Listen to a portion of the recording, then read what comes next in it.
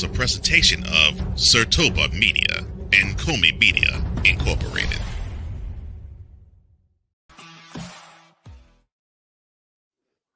An NFL team gives up 70 points in a game? Stop it. Get some help. Next on Total Football Talk.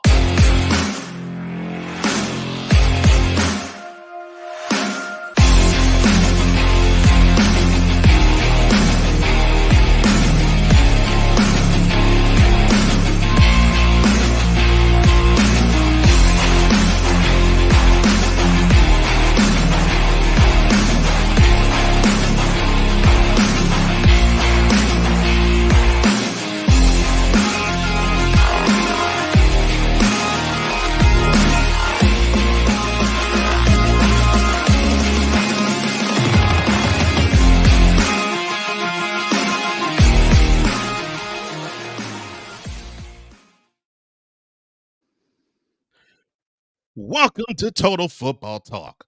Hard-hitting grinding news and fun the way you like it. I am one of the co-hosts of this program, Cole Johnson, a.k.a. the Mad Scientist and EP Extraordinaire. And I am joined, as always, by the other co-host of this program, Mr. Commander's Grind Report, D. Willie, a.k.a. Drew Willingham. How you doing, man? Doing great, brother. Glad to be back here on another episode for episode 4 of today. And you know, today is also another special day. In or Out Sports Debate is back tonight at 9:35 p.m. Eastern Time for episode 101. It is back. So you can call me all sorts of different things now that we got so many projects going on in 1 week. But this is definitely at the top of the list. I'm ready to rock and roll for this one. Congratulations, man. I am happy for you. For many different reasons, but I'm definitely happy for that because I love In or Out. And so I'm glad you're cranking that back up. But speaking of cranking things up, let's get to these past week's action. The opening drive, shall we, please? All right, let's go. We got trips, right? At 42, 989. On two. Ready? Break!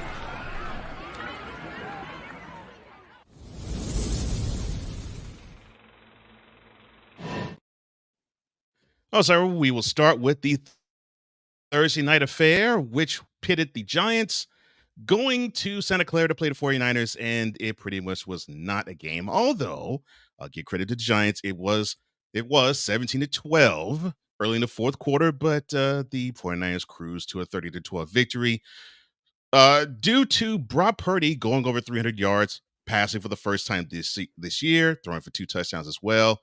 Deebo Samuel helping him out with 129 receiving yards and a touchdown. And that 49ers defense holding the Giants to 150 total yards on offense. Your impressions of this game, sir? You know, both sides definitely played different style of football. You know, the only thing I will have to say positively about the Giants is Micah McFadden. So Micah McFadden, he had 9 tackles and 1 assist on a sack. So when I think about everything that happened with this game right here, you know, you have the Giants who have been playing like dumpster Pelicans since they came out the gate. You know, you think about that first week game they had against the Cowboys getting smacked around, right? And then it came back a little bit in week 2, but then of course we couldn't expect so much going against the San Francisco 49ers for this week. Right. Brock Purdy has been showing that he was definitely working hard on rehabilitating during the offseason to get back to the caliber level of play that he was at last year. I feel like he still has a little bit of ways to go because we really haven't seen much as far as passing yards from Brock Purdy until this game. You know, he did eclipse 310. He did get 310 yards. But to me, after seeing the way that he played last year, it's not Brock Purdy-esque. But when I think about the Giants, you played that clip for the Dolphins, but I'm going to play it for the Giants too. Stop it. Get some help. Because you need help. Get some help out here in these streets, bro, because you need it. They do. Considering the Giants did play this game with Saquon Barkley, and I did hear it on the street that when the Cowboys beat them 40-0, that basically the Cowboys beat Saquon Barkley and a bag of chips. So yes, I understand that clip is actually apropos. And kudos to Nick Bosa. He got his first sack of the year after holding out and getting his money. Well, it looks like it's paying dividends already. More power to them. Of course, we'll touch on who both teams will play in later this episode. Let's go to Sunday, shall we? And the 1 p.m. games.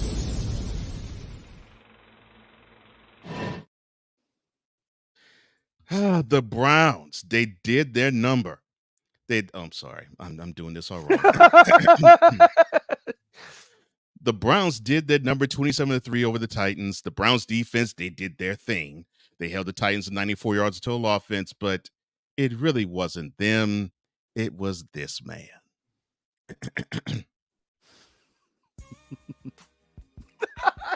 Come here, baby. Yeah, you know I gotta get a tug. I get a celebration tug. Towel, girl, towel. Come on, you know the towel. There we go. That's what I'm talking about, baby. Yeah. Now sit down. Don't move. Don't move. Don't move.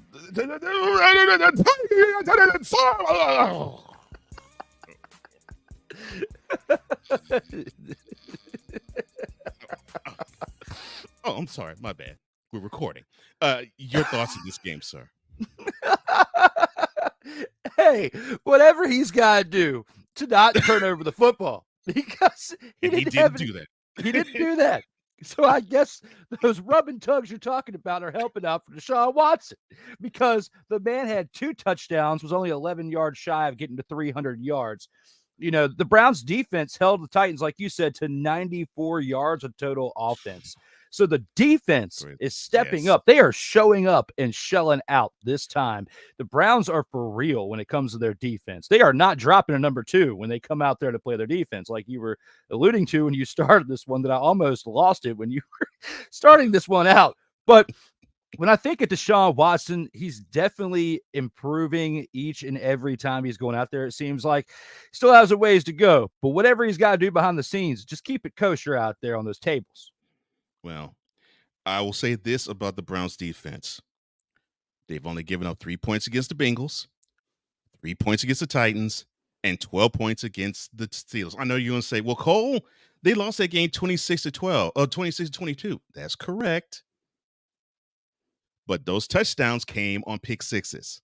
So you scratch those 2 pick sixes from the equation, the Browns only gave up 4 field goals. So they have done their thing this year, and if the Browns defense keeps going, the AFC North, they better watch out. And historically great teams in the past, you could have mediocre play from your quarterback, but a great defense, and it'll still take you places. Yeah. AKA the Ravens, that first Super Bowl they had, Trent Dilfer as the quarterback. So, and Deshaun Watson is better than Trent Dilfer. And I'm not saying that the Browns are going to go to the Super Bowl this year, because we always have that running joke of the past, take the Browns Super Bowl. They can go at some point. It's just not their time. You still have to get through the Kansas City Chiefs in the AFC as the top dog team before you consider you as an elite team in the AFC. Ooh, you're not lying about that. You're not lying about that. Let's get some comments real quick before we head on.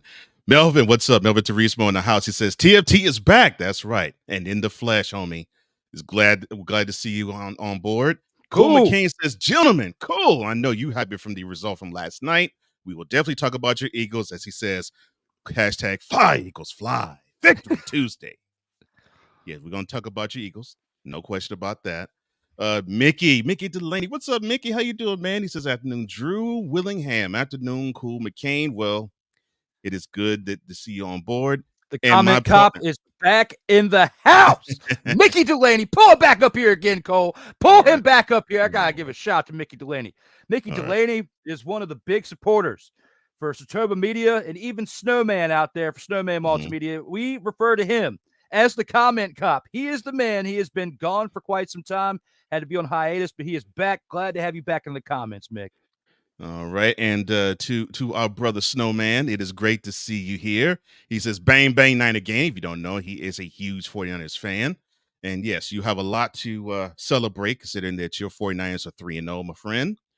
And their next opponent, we'll talk about that later.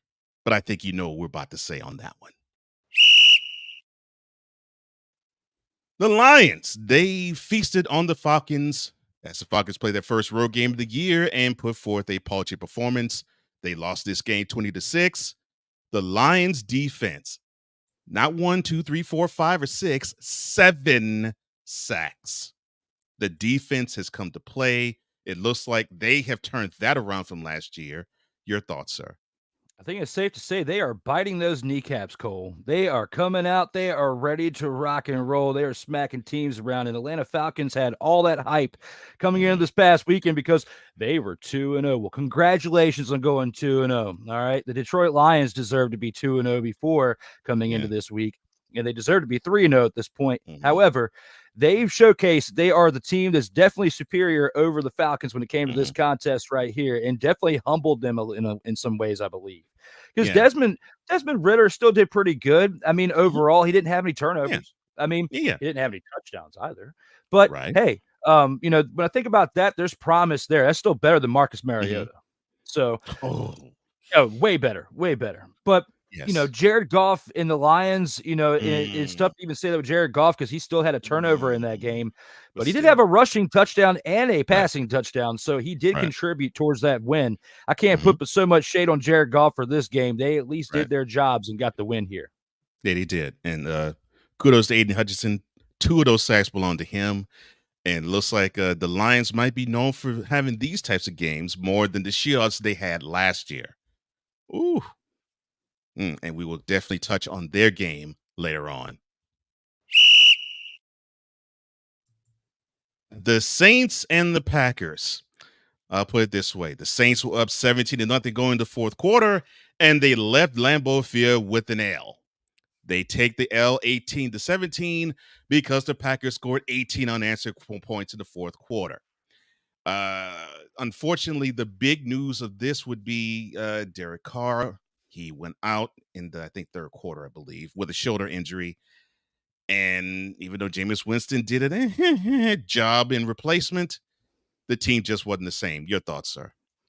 Jameis will finally probably get his time to really prove if he can hack it in the NFL or not, because he's had, he's had some subpar play over the past few seasons with the Saints, which is why he wasn't given the keys when Drew Brees, initially retired. So now he has come in and played some decent cleanup duty in situations where the quarterbacks have gotten hurt. But it's weird because it seems like in the games that they get hurt and he comes into play, he does decent for that one game or maybe the next game. But then he starts to show old Jameis self. You got to be concerned if you're the New Orleans Saints, if you have to lean on Jameis for quite some time this year, because he's proven in the past that he just can't quite get it done in situations. And in this situation right here, he didn't, as they lost the 1-point game. Granted, it came down to a field goal at the end, and it was the tightest game of the week. But 18-17, a close game like that, if you're going to be, an elite type of team that brings in Derek Carr, or a team that you think is going to be good enough to bring in Derek Carr and still make a run, and then he goes down, you're just proving that you don't have the pieces around it if Jameis can't even get a win in an 18-17 game over a first-year quarterback in Jordan Love. Yeah. Their last drive was a good case in point for you. They could not get the one play they needed to execute to actually move the ball down the field the way they should have, and then they missed the field goal to actually have them win it. So, you got to execute. That is most important. And you were spot on about Jameis Winston, because yes, when he mops up in the game, he actually does play well. But when someone gets footage of him, That's terrible. you were 100% correct, sir. Ooh, man, could not.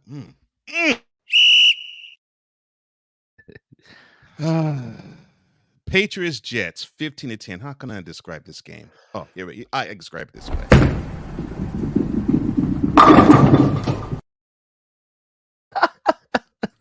That game was bowling shoe ugly. I mean, it was a case of Mac Jones, and I'll let you say his nickname, doing Mac and Cheese. Mac and Cheese. Doing but not making the big mistake.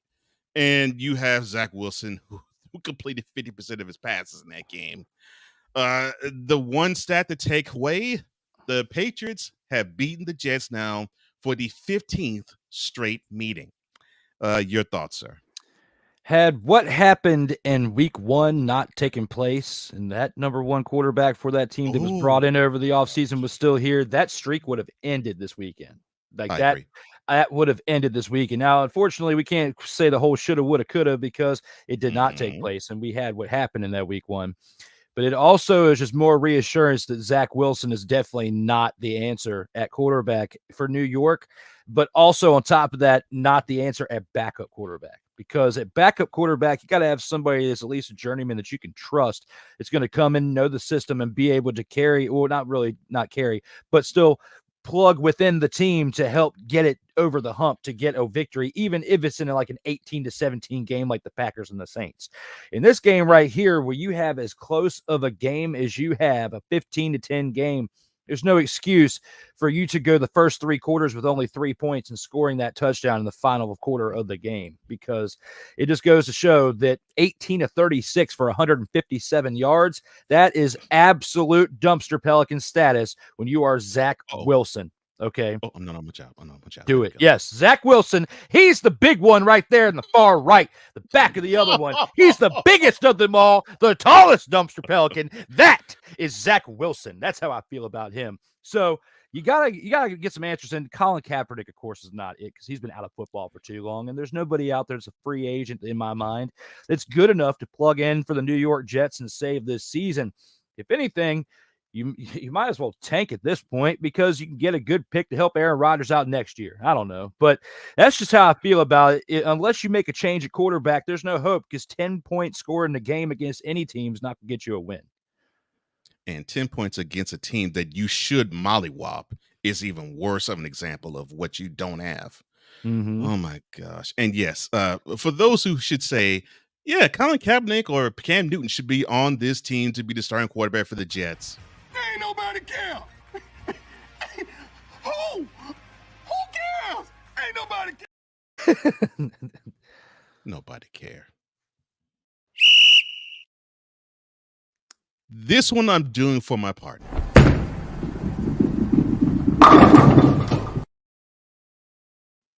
Bills went to Landover and they mollywopped the Commanders 37-3. Now, I'm not feeling good about it because I don't have a horse in the race.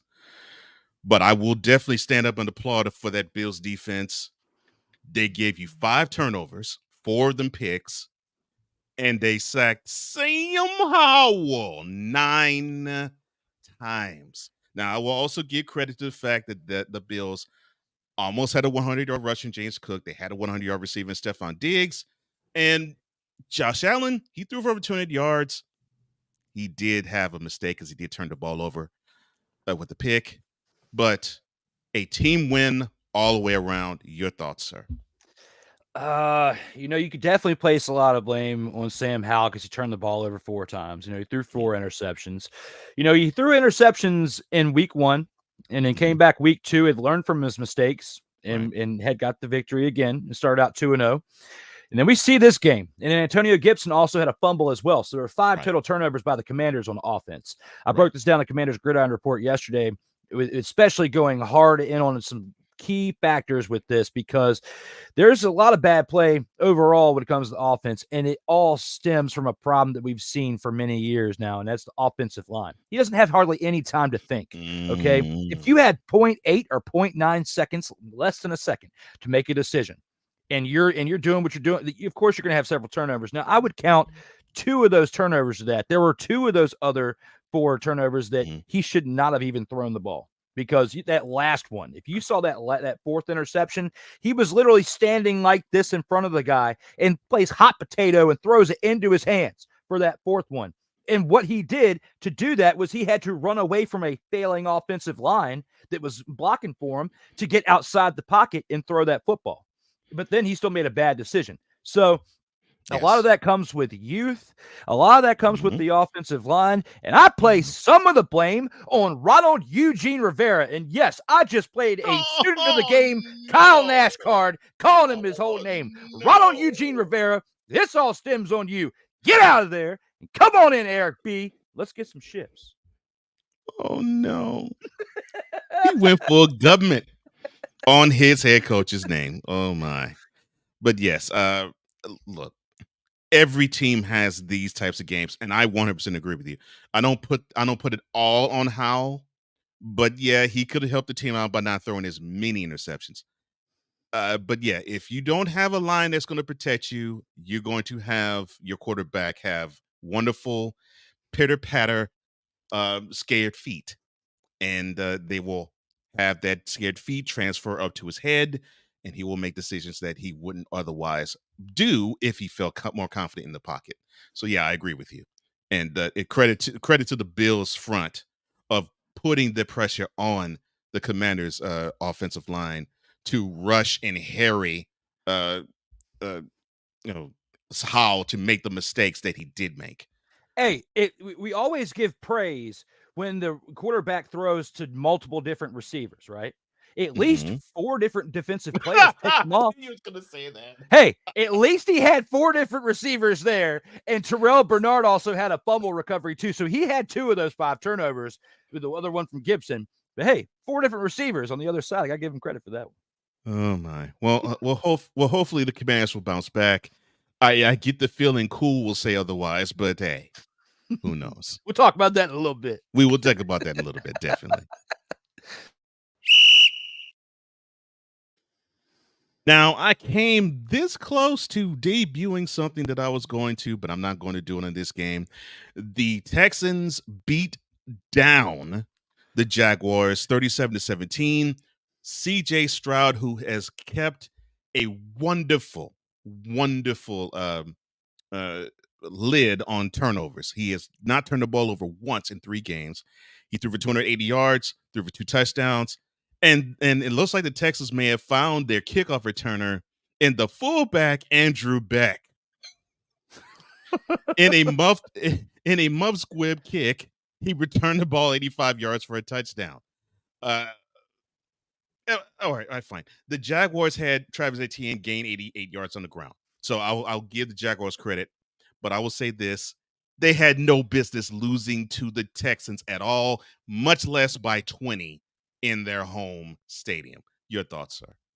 Hey, from one Andrew to another government-wise, good job on that return there, brother. You did a great job. I loved it. Now, Kyle Nash, you and I are going to be getting up next week for 102 of In or Out, and I'm going to be asking you this question either in the green room before or after this show. How did it feel to get beat down by the Houston Texans, a team that has been playing like dumpster Pelicans for quite some time until they get CJ Stroud, and you still have a dumpster Pelican-esque team around you because you've got some issues on the lines on both defensive and offensive that you need to address, in my opinion. But you showed up in this game, but it shows some cracks within the foundation of the Jaguars as well. And that's the biggest thing that I want to talk to Kyle about, because the Houston Texans are not a good enough team to be beating you by 20 points, and especially scoring 37 on that defense of the Jacksonville Jaguars, who had all the praise in the offseason, who made the playoffs last year. You're going to praise Trevor Lawrence. He's a great god of a young quarterback, yet you lose to the Texans by 20 points. I got to give credit where it's due, and it's definitely not on the Jaguars in this game. Well, it looks like that the Texans may be the Jaguars' kryptonite, I guess. This is actually the Jaguars' 5th straight loss against the Texans and the 10th in the last 11 matchups between them.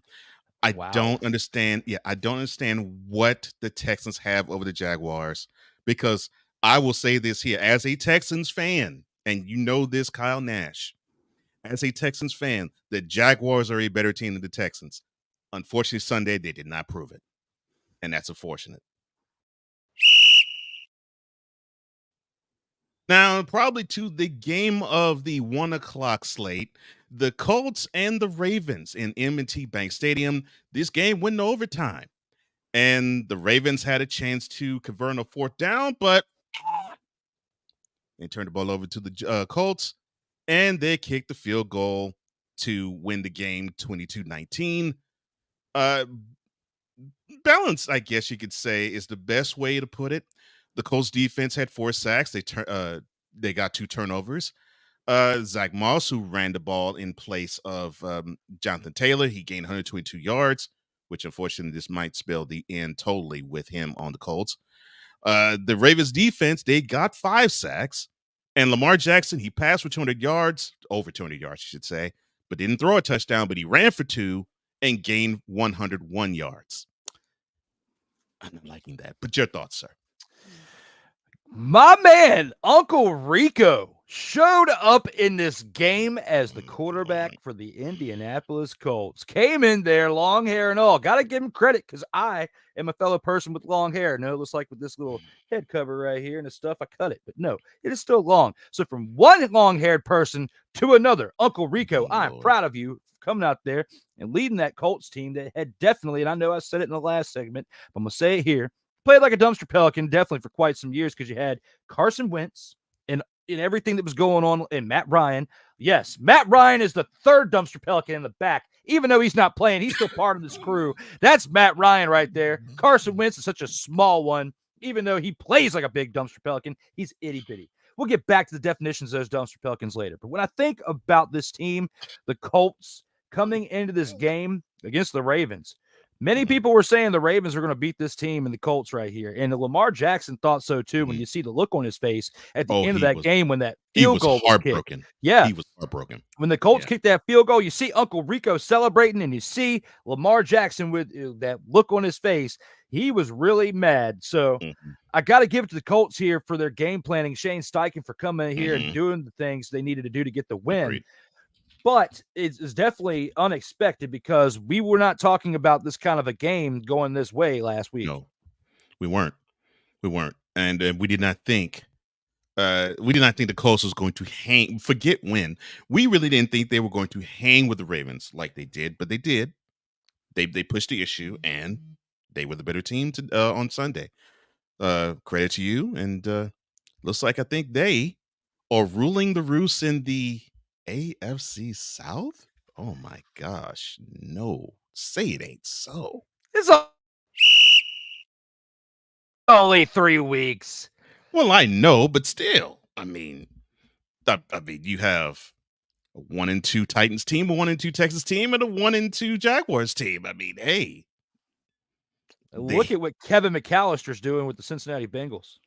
Oh, yeah, we're definitely going to talk about them a little later. Oh, my gosh, really? Goodness gracious. All right, to the late slate.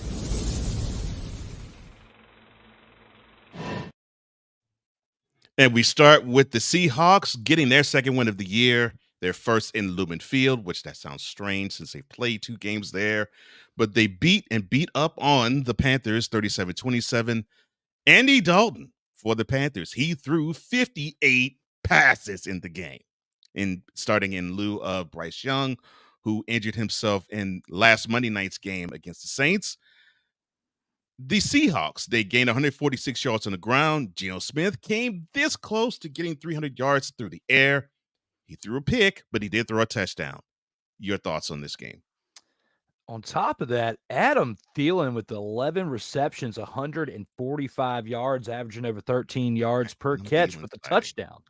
That was a great stat right there because, that's like Minnesota Vikings Adam Thielen right there. You wouldn't have thought that to see this type of game, and especially against the Seahawks, because people still think of the Seahawks of the past, Legion of Boom, even though we haven't seen that for quite some time. When you see Seahawks, you still think of them as more of an established team. They're going to beat down on this Panthers team.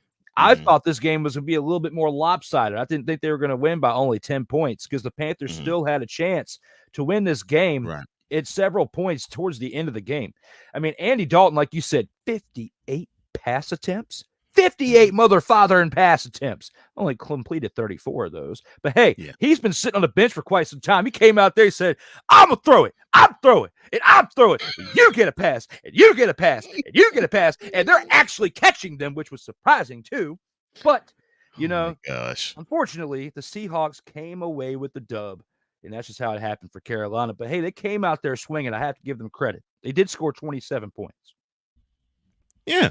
So, I mean, they showed fight, and I think that is all you could say. I mean, and I think that's all you could hope for on a team that's young and is putting their hopes on the shoulders of a rookie QB, although he did not play in this game because he was injured.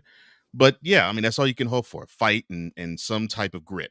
And they did. Unfortunately, they fell 10 points short. But it was on the road, so you have that. But 58 pass attempts. Jeez. Now, I would make this a bowling shoe ugly game, but we saw Taylor Swift in the stands. Or I should say we saw her in the the owner suite, as the Chiefs in Arrowhead pounced on the Bears and beat them down 41-10. It actually was 41-0 early in the third quarter. The Chiefs as a team passed for over 300 yards. Mahomes, I think, passed for over 270 of those, and he threw for 2 touchdowns. They also got 153 yards rushing and 2 touchdowns on the ground, and I loved to see that from them. Your thoughts, sir? Well, just when we give so much shade to the backup quarterback in New York being Zach Wilson, I think the Chiefs really need to take a look at their backup quarterback being in Blaine Gabbert. If something happened to Mahomes and Blaine Gabbert came in there and you had to rely on him for the rest of the season, there's no way you're going to have a great season the rest of the year.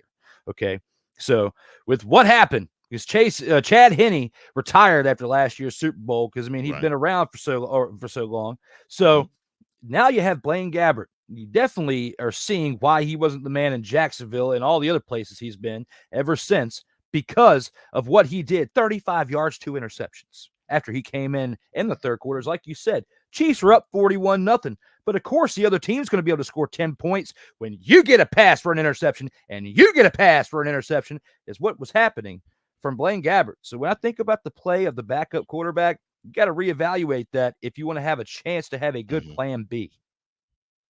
I 100% agree with you there. Hopefully it doesn't come to that. Unfortunately, that's something that they might have to put front of mind, because before halftime, we did see Mahomes limp a bit. So, yes, Blaine Gabbert, Mr. Nash, paging Mr. Nash, paging Kyle Nash. Tell us about how wonderful of a quarterback Blaine Gabbert is, because I know you saw him as a Jaguars fan. I'm sorry. Yes, that is something that they would have to shore up, because he is not the dude. But hey, the Chiefs got to win. They're 2-1 now. And now, ladies and gentlemen, it is time to present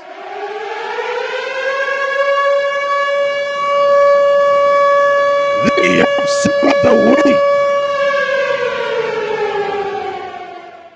And that upset is the Cowboys rolling their helmets onto the University of Phoenix Stadium and getting trounced 28-16, and the game was not even that close. The score was not indicative of how that game went. Although the Cowboys did have a wonderful rushing effort from Tony Pollard, 122 yards. He unfortunately did not get into the end zone once. You can also throw in a 249-yard pass performance from Mr. Dak Prescott. He did throw a touchdown, but now he is 9 interceptions away from his promise of not being true, of saying he's going to throw less than 10 interceptions this year. So the countdown's on, son. You got 9 more to throw, and you will throw those 9 and then some. I'm sorry. Let me get back on track here.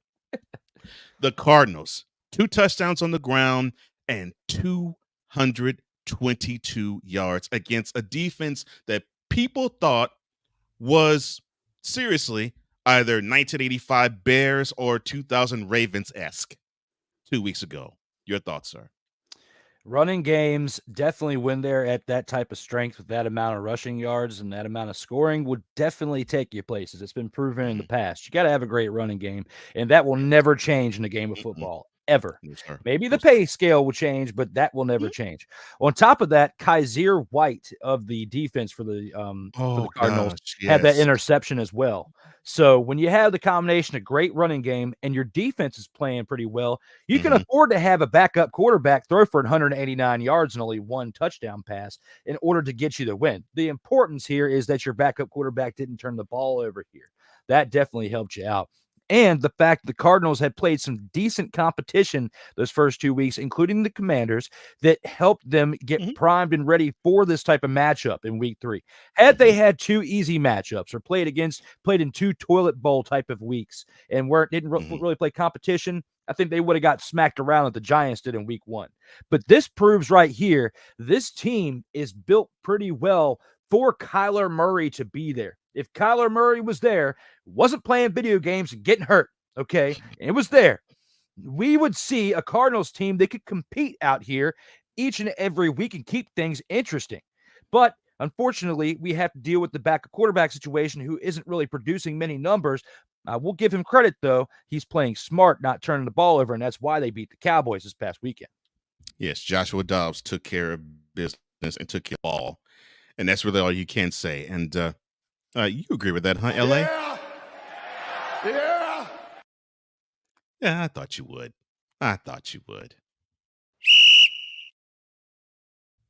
The Sunday night game we go.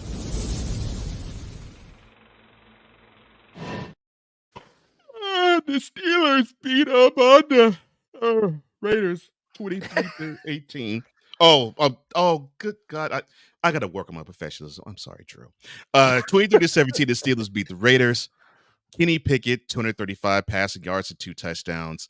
Devontae Adams for the Raiders got 172 receiving yards and 2 touchdowns. But the Steelers basically put this game out of reach somewhere in the third quarter, and they just sat on 23 for pretty much the rest of the second half. Your thoughts, sir?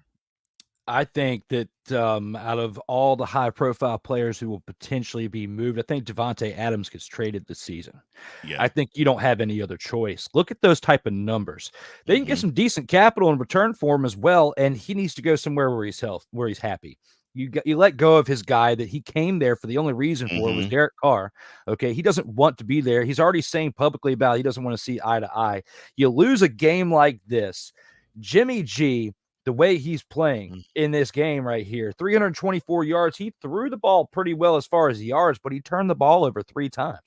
You take away those 3 interceptions, they're in that game. They're winning that game because they only lost by 5 points given those 3 interceptions. So you have to place the blame on the quarterback play here because everybody else did well around him for the most part. You still had 18 points with 3 turnovers, and Devontae Adams is showing up and shelling out. You either need to get better play out of this team or you need to get something in return for Devontae Adams before he holds out. You don't get anything from him. I agree with that. I agree that this game to me is on Garoppolo for the L. And for Devontae Adams, are the Saints calling? Interesting. Let's go to the Monday night tilts, shall we? And we'll start with Cool McCain's favorite team, the Eagles. They went down to Tampa to play the Buccaneers, and they pretty much ran, and I do mean ran, the Buccaneers out of Raymond James Stadium to the tune of 25-11. 201 rushing yards the Eagles put up. And the Eagles defense, they did not have spectacular stats, but they just simply made life difficult for just about everybody on the Buccaneers offense. Your thoughts, sir? Bunker Stayfield got humbled. What? Oh, I said Bunker Stayfield got humbled. What? I've been waiting all show for this moment right here. What? Bunker just definitely bunkered it up this past Monday night. What? Oh, yes, sir, he did. What? 11 points, Bunker. What? I said 11 motherfather points. What? What kind of play do you expect to get out of your quarterback when he goes out there and he throws 146 yards, an interception, and has 1 lone touchdown? On top of that, your running game was an absolute dumpster fire on top of that. Okay. Yes, it was. 14 carries for 38 yards out of Rashad White. Horrible. That is your leading running back right there. You know who was number 2? Bunker Stayfield with 1 rush for 2 yards. So when I put all of that perspective and I think about your dumpster pelican play from your quarterback, your dumpster fire game from your running backs, and you can't even catch a pass to save your life when it comes to your receivers. You got Mike Evans at one side there. He's your top receiver. He's got 5 receptions for 60 yards. When you take him out of the equation, Chris Godwin was your next with 3 receptions, 32 yards. That's your number 2 receiver. Things are not looking like they did with Thomas Edward Patrick Brady II in tow as the quarterback for that team. Now, we expected this when it came to the Eagles game right here with the Buccaneers, when it was Bunker Stayfield coming here. We did talk about this past week of the potential of this situation happening this Monday night. And it did. And now we have to live with it. We have to live with the fact that the Buccaneers replaced Thomas Edward Patrick Brady II with Bunker Stayfield. And look at what's happening. He's bunkering it up. Bunker Stayfield. Junior. All right. Let's get to the other Monday night game, shall we? And that is the Bengals hosting the Rams. And the score is 19-16. It basically was just as boring as a Sunday night game. The game really wasn't this close. The most important, I guess I wouldn't say most important, the most impressive stat, Jamar Chase, who, of course, was the recipient of the game plan of the Bengals, which was to get the ball out of the hands of a hurting Joe Burrow, 12 receptions, 141 yards. All right, I'll say before I turn it over to you. Sean McVay, there is this wonderful tool that you can use in an offense. It's called running the ball. Your thoughts, sir? I mean, he tried. He had 10. His leading rusher was 10 carries, 38 yards out of Kieran Williams. Okay. But 3.8 yards per gain isn't going to do it for you. All right. Now, Kevin McAllister on the other side of the ball. Oh, Joe Cool of today. Joe Burrow. I call him Kevin McAllister because he looks kind of close to Macaulay Culkin. Okay. So he's out there slinging the rock. He is hurt. Stuck with the game plan. If it wasn't for Jamar Chase, they would not have won this game. He did some great numbers, kind of like what we were just talking about with Devontae Adams on the receiving part for the Raiders, as well as when you think of Adam Thielen for the Carolina Panthers, except for they lost that game, okay? But we have seen some big numbers out of some receivers this past week who are having 10, 11, 12 receptions for close to 150 receiving yards, and this was that situation right here. Now, you take that out of the equation, he doesn't have that type of numbers. The Bengals aren't winning this game because Joe Burrow still turned the ball over with that one turnover and was only 26 of 49. And you think of the fact that 12 of those 26 completions went to Jamar Chase. Only 14 other completions went to the other receivers. If it wasn't for him, they would not have won this game by the field goal they did. They need to hope that Joe Burrow gets fully healthy soon. It's going to be a long season. If you're only 3 games in, he's banged up, and you're winning games like this against a team like the Rams, who are not competitive enough to keep up with you. Wonderfully said, Drew. Yeah, and it goes to show that the injury that he suffered in late July that they tried to paint as, well, it's just a mere bag of shells. I guess not. It looks like it's worse than they painted and we thought. But hey, you at least got a win, Bengals. Congratulations. So you're 1-2. I hope I agree with Drew. I hope that the Bengals can lick their wounds and can continue. Hopefully they can. The way that Joe Burrow has performed these first 3 games, it doesn't look good, though.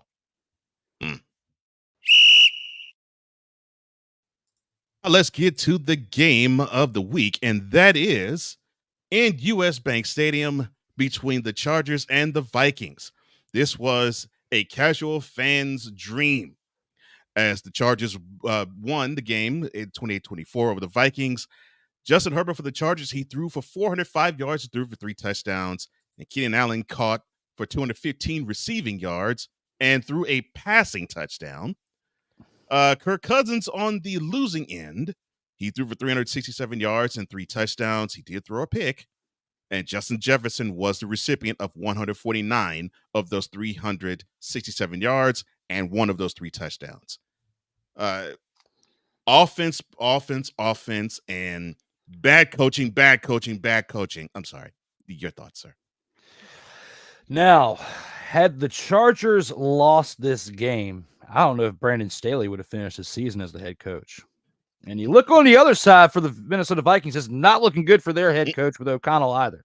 Starting the season 0-3, when you had all that hype, with everything that happened last year, the way things ended, then you had the hype turn it around this year. You got Justin Jefferson, you got Kirk Cousins. Kirk Cousins isn't playing completely terribly because he's still having almost 400 passing yards in the game and 3 touchdowns.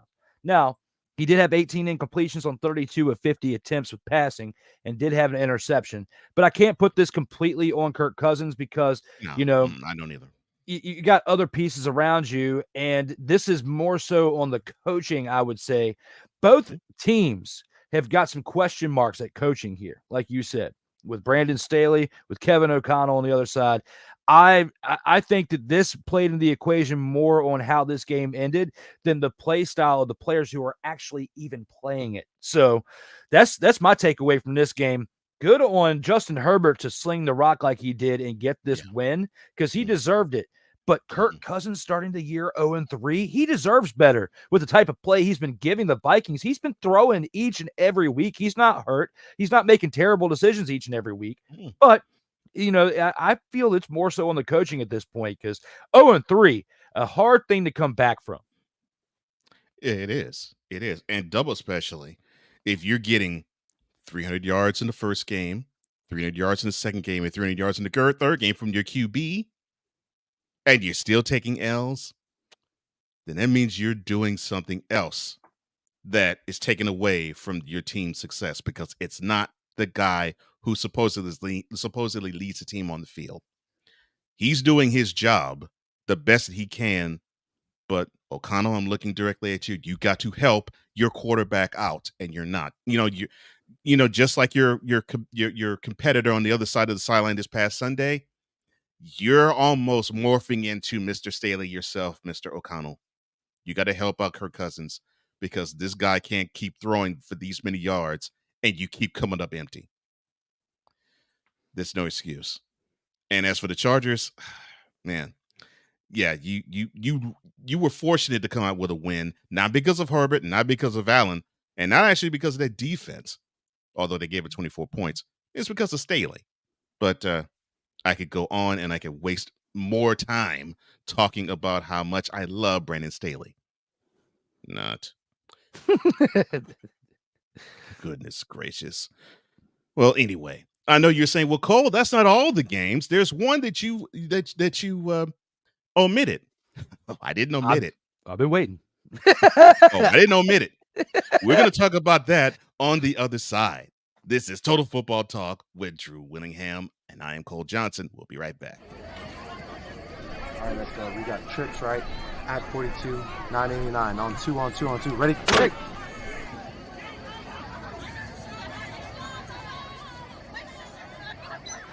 We're just getting started. Total Football Talk will return right after this. Everything Boston. I love you morons. You kids on the block, new edition. Dear whatever the law firm is.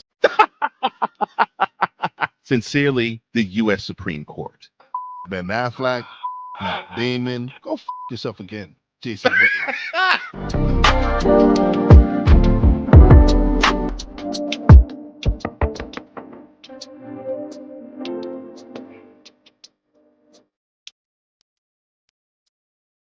Ready to hang with some fellas who know football? Let's ride. LC Muscles 28. I think they're the most overrated defense in the league. Steel Sermon. We did not trail for a single second. Tiny Tim. McCarthy is a bonehead. A Pizzle 90. I'm going with my boys. Fins up, baby. Get ready for the Four Horsemen of Peckham's. Every Wednesday night at 10 p.m. Eastern, 9 p.m. Central on YouTube.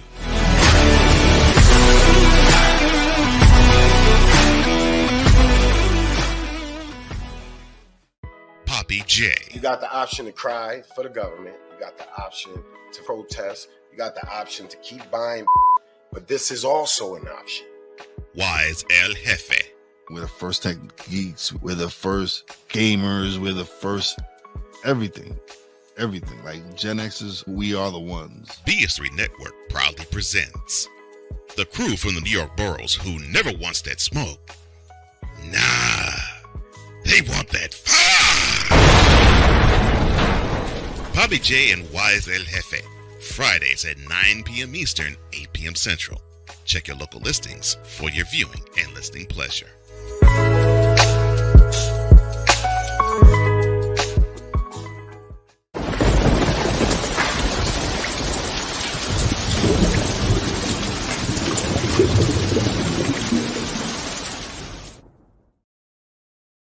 Welcome back to Total Football Talk, hard-hitting grind action just for you.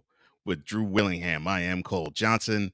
And yes, we touched on 15 of the games in week 3. It's now time to touch on the 16th, and that will start the grind.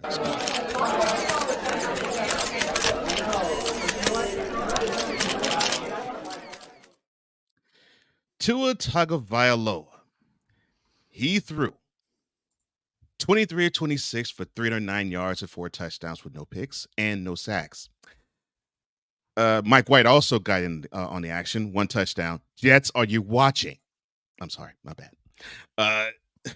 Devon Chain, 18 carries, 203 yards and 2 touchdowns. And Tyreek Hill, 9 receptions, 157 yards and 1 touchdown. Now, I'm reading all these stats, and I'll read one more.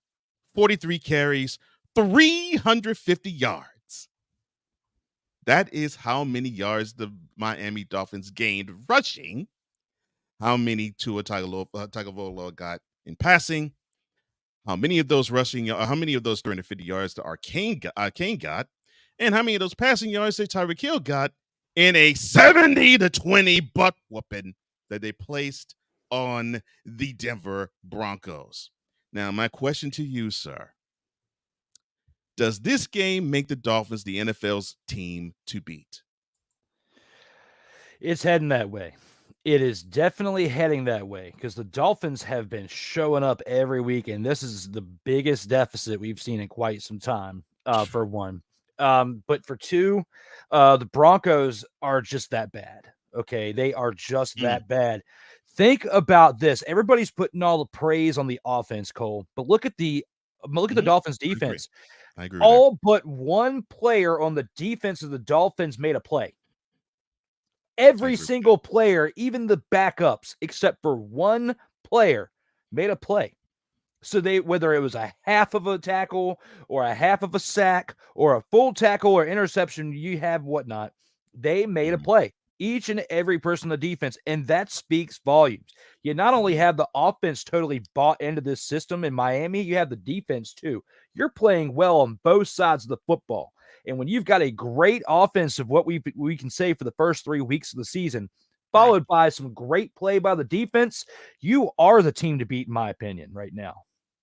I agree with you on that assessment. I still lean a little more 49ers. However, I'll admit the Dolphins offense has outperformed every offense in the NFL this year without question. But I do agree with you. I think we're starting to see the defense buy into it too. And I think I won't say taking it personally yet, but I think they're taking it internally personal of, wait a minute, we're going to be the unit that people are going to forget about. Well, we're going to make sure you don't. And Sunday, they made sure that we would not forget about them. That was a really good point. And even though, yes, the Broncos scored 20 points, the 20 points was hollow and shallow. I mean, except for maybe the first 10. But, this team is looking really, really good and really, really scary. 70-20. Goodness gracious. And look at how Sean Payton reacted at the end of that game. Some of those questions that he was getting asked, he took it very personal. You know, you don't really see Sean Payton lose his cool hardly ever. But now at this point, you're 0-3. And it's not all on Russell Wilson. He's improved in some areas. He still needs a lot of work. But overall, I downloaded this clip mainly for this situation right here. When I think of the Denver Broncos. Stop it. Get some help. Absolutely, because you really need it. You absolutely need it again. Let me talk to you. With that said. Stop it. Get some help. And unfortunately, this stains the reputation of one Vance Joseph, because now he was a bright defensive mind. He actually had a taste of head coaching, but now he has on his record once gave up 70 points in an NFL game as a defensive coordinator. Not so good. Ooh, yeah. The Dolphins are up or on all the way up, I should say, in the Broncos. If you didn't hit rock bottom Sunday, you're very close to hitting it. And for a different reason of hitting rock bottom, not because of performance, but because of injury. Yes, the Chargers did win their first game Sunday. Unfortunately, though, it came with a cost.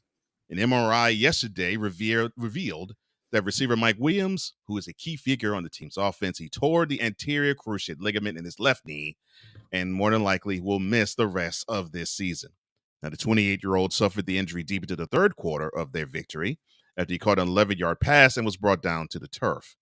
Now, he was checked on the field and was limping significantly following the injury, and he was eventually carted off to the locker room and was ruled out of the game a short time later. Now, my question to you is the following. How will this impact the Chargers going forward this year? With their number one receiver going down, it's definitely going to impact him because it's sad because the first 2 weeks they were definitely struggling. This week it seemed like they were really starting to get things clicking. Like things were really starting to be clicking within that offense. And then all of a sudden he goes down. So when I think about the fact that injury and that takes him out for the rest of the season, somebody else or one or two more of those receivers are going to have to step up in order to fill that void. And we saw what happened the first 2 weeks with him still on the team. They finally start getting things clicking. He goes down. I don't think there's anybody else in that team, wide receiver wise, that can step up unless the Chargers make a move. But what receiver that's out there that can be moved around is going to want to be traded to a 1-2 team right now? There's a lot of questions surrounding that. That is a really good point. Really good point. And a team that seems to not have a good footing on both sides of the ball, except for, of course, Justin Herbert, who gets a chance to sling that rock as far and as often as possible. And unfortunately, it's because he has to, which is a shame. But yeah, prayers to you, Mike. I hope everything goes well. I hope your rehab isn't as strenuous as most rehabs normally go. And hopefully you can be back on the field before the 2023 season is over. But if not, take your time, my brother. Take your time. Whew. Turning our attention to a Chargers rival, or should I say the new girlfriend of a player on a rival team, Taylor Swift is feeling her oats. Yes, the singer was shown during Fox's broadcast of the Chiefs' butt-whooping of the Bears Sunday and sitting in a suite next to Travis Kelce's mother, Donna. Now, Swift was donning a red and white hoodie, cheering on the Chiefs as they prepared for kickoff, and she looked oh so cute when Kelce caught a third quarter touchdown pass and went, quote, "Let's effing go." Close quote. Now, my question to you is, will the Travis Kelce, Taylor Swift relationship be a distraction to the Chiefs repeating as world champs? It depends on how the Swifties act, man. Like, because the Swifties are taking this by far and sending it to the moon. Because Travis Kelce was already famous before as a football player. Then he has his football podcast with his brother, okay? And now you are with Swift right here, which they're still downplaying it. They are friends, but we already know how this stuff works out and how the chemistry and stuff, you see it. The Swifties are taking this to the moon. Now, depending on how much the Swifties take this out here, social media, that will be what really makes a distraction. But if there's any team that can handle this, it's the Kansas City Chiefs right now, because they are the reigning champs. They have won 2 championships with this team so far. And, you know, they've already proven that last year with the documentary with Patrick Mahomes, the quarterback documentary, if anything was really going to bring a team down because of the distractions from something like that, we already saw them overcome that and get a Super Bowl ring. So if they can overcome that, I feel like they have a good chance of being able to handle this pressure, because it's not even really a full thing yet in the public eye. We can sit here and try to say that, but it really depends on what the Swifties do that will make an impact on this team. Oh, I totally agree. And if there's any team that can handle it, it definitely is them. It's not even a question. Not even a question about that. Oh, and Mr. Eagles Elite himself, Cool McCaney, says, hashtag we the best. Well, thank you, DJ Khaled. Cool McCain. You can't say you're the best until you're a reigning champ, Cool. Oh, wow. And this is said from a Commanders fan. Will Debbie yes, touch on Dick? You did get a Super Bowl before. You have had the most recent NFC East Super Bowl, but that's still not what you did last year. The Chiefs did. I don't care about what happened at the end of the game. The Chiefs still won, so they are the best right now. Oh, Lord. He is trying to rage war against an NFC East fan. All right. Goodness gracious. Okay. Before this spirals further out of control.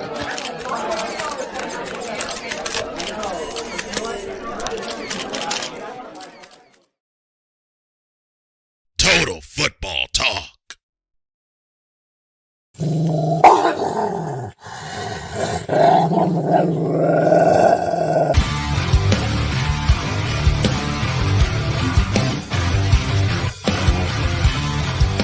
Where my dogs at?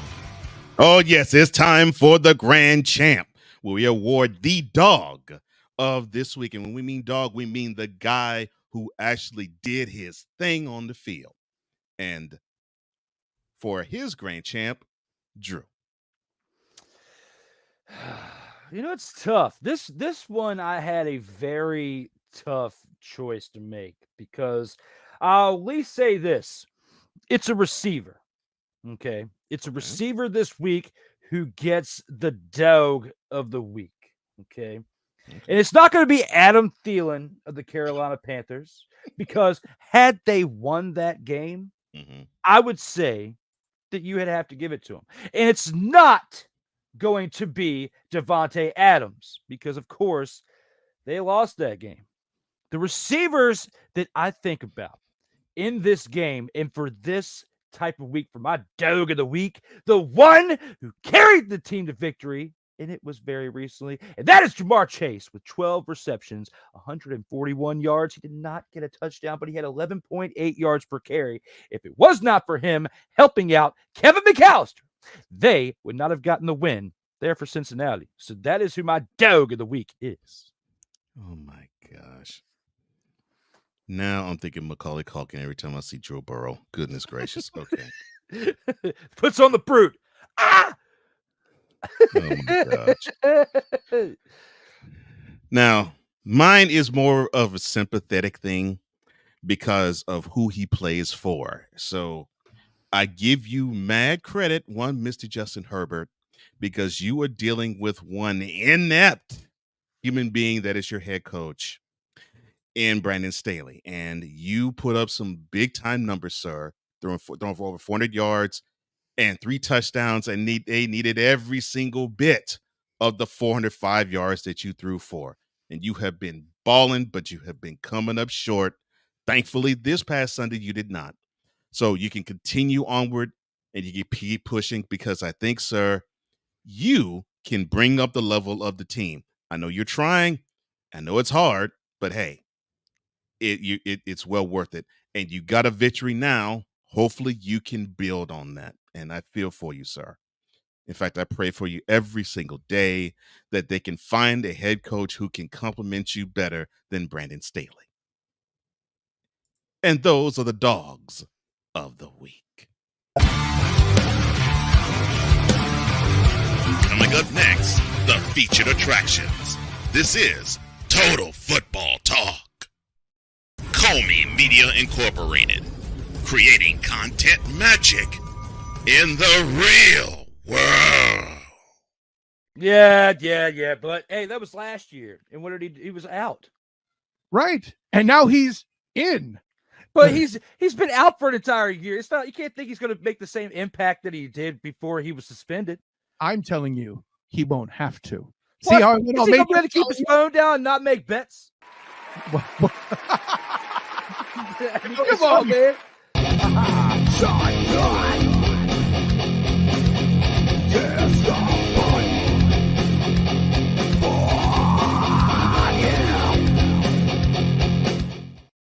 Hey, ladies and gentlemen. Hey, look. Hey, stop playing games. Y'all already know.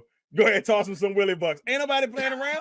Hey, $ D Willie 87. Go ahead, hit him up on the Cash App, and go ahead and give him some Willie bucks. Look at Drew looking stoic, ladies and gentlemen, stoic on that $10 bill. So go ahead, slide my man over some Willie bucks, and we good. That's all I'm saying. We good. How about some Willie bucks? Sertoba Media, where the struggle is real to be awesome. If you're looking for a sports program that gives you the flavor. Washington Commanders? Really? This whole thing stinks to high heaven. That pulls no punches. Thuggish act by a thuggish actor. That gives you some humor. Praise everything LeBron does and never criticize it. If you want a show that gives you good times, then this is that show. BS3 Network proudly presents. I am Cole Johnson, and welcome to Cole Sports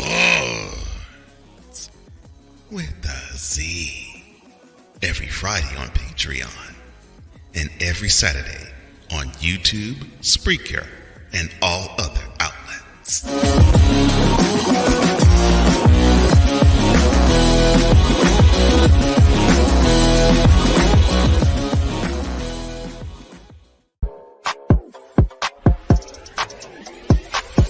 Sertoba Media, where the struggle is real to be awesome.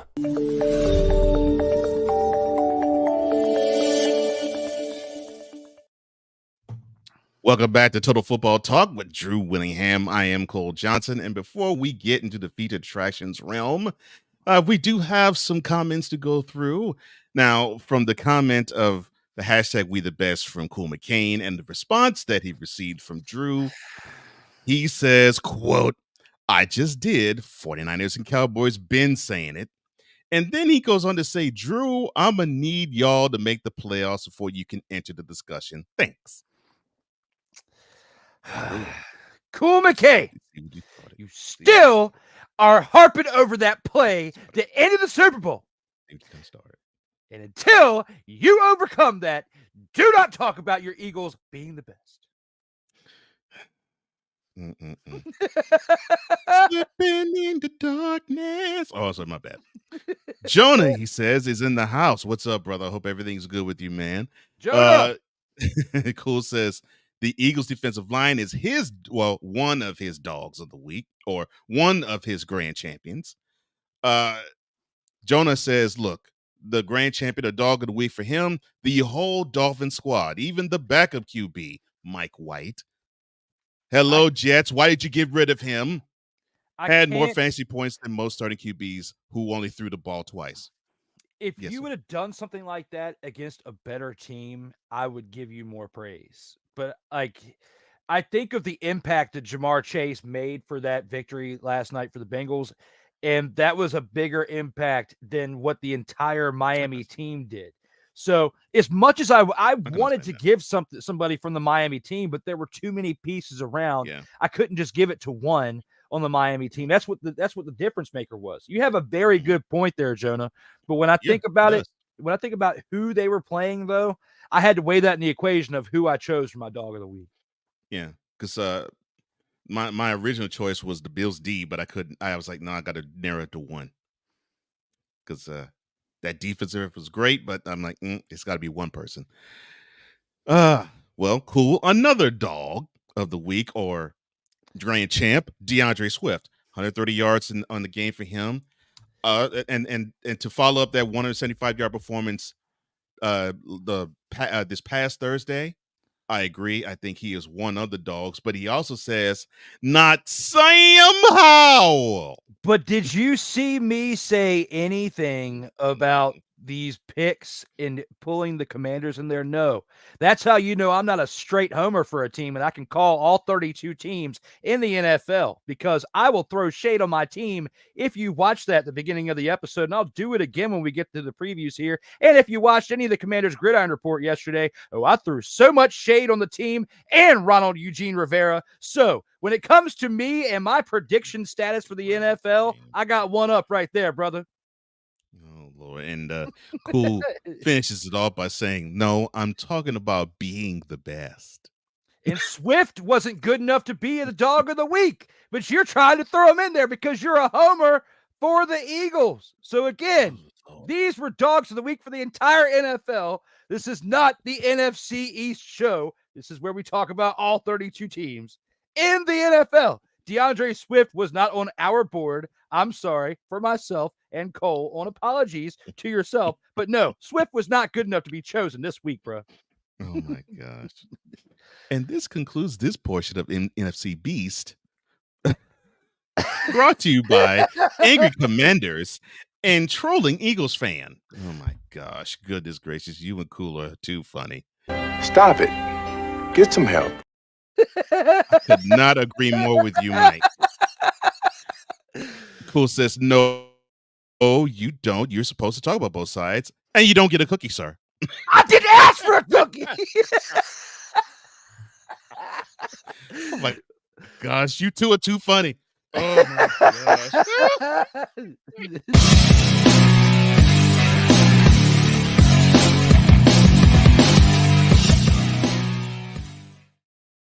Okay, let's get off of the NFC East for a quick second.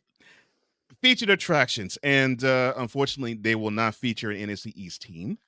But we will feature two NFC North teams. Both are 2-1.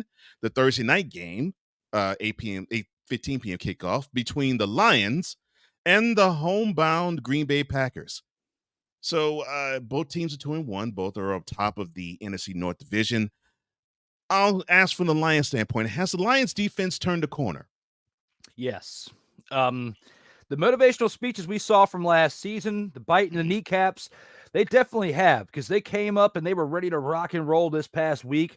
I feel like they have turned the corner. We're seeing some nose-to-nose football when it comes to the way they're playing, when it comes to that defense. Yeah, they're playing more physical, and I'm loving it. And I think they're taking after the passion of Dan Campbell, who, of course, is the head coach of the team. And I think they're becoming more physical, and I think that's what he wanted. He's getting it, and now he's getting it from both sides because the running game is starting to actually improve too, and I'm loving that about them. Now, on the other side, the team that's wearing the green and the yellow, the mustard, I should say, is it possible for the Packers to put together a 60-minute ball game? Because I'm seeing them play great in spurts, and I'm seeing them disappear in spurts. It's going to be tough because, 18-17, these games right here that you're having, especially with the Saints there, you're going to be playing some better teams throughout the rest of this season. You still have 14 more games to go. You got to be able to finish. Now, you proved it in this past week, but you got lucky. You got very lucky. You almost lost that game. So you need to have a little bit more production in those 60 minutes of the games because, barely getting through and then showing up in the last quarter, Ingle cut it through and vice versa throughout the rest of the season. They are a young team. They have a lot more to learn and a lot more to overcome. But I feel like at some point we will be able to see a full 60-minute game out of this team.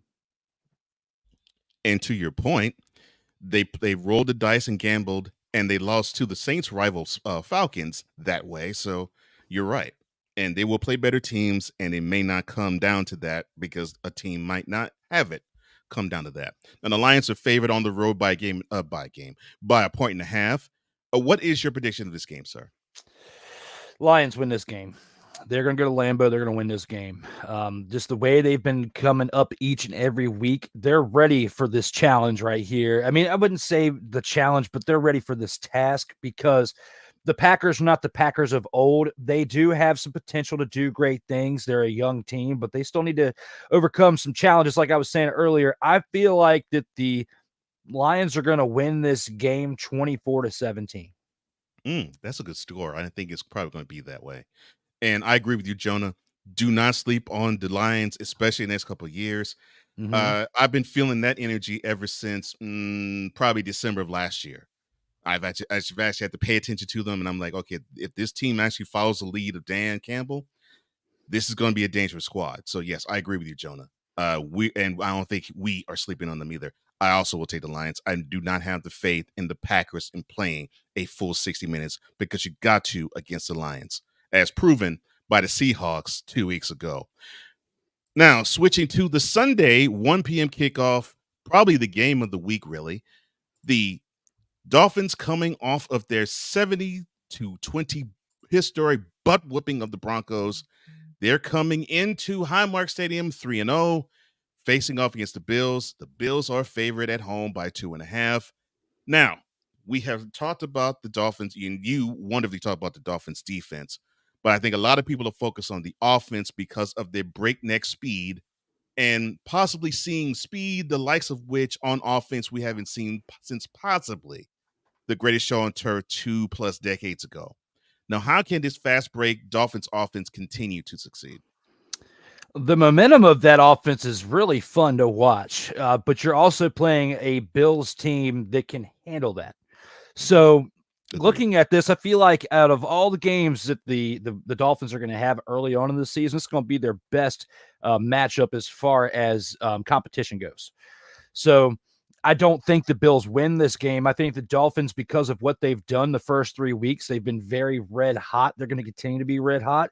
They're not going to go undefeated this season, but I feel like they do win this game because when I think of this Bills team, I look back on Monday night, week 1, when you played Zach Wilson, the biggest dumpster Falcon of them all, as we talked about earlier in this show. Yes, look at the tallest dumpster Pelican on that far top right. That is Zach Wilson. Now, when you play against him, Zach Wilson, and you lose in the caliber of which you did, and you're going to go play the Miami Dolphins, there's no way the Bills win this game. Are they going to get smacked around 70-20 like the Broncos did? No, they're not. They're not going to give up 70 points. That is a replica of how bad that defense is over there in Denver, or just how bad that team is in whole.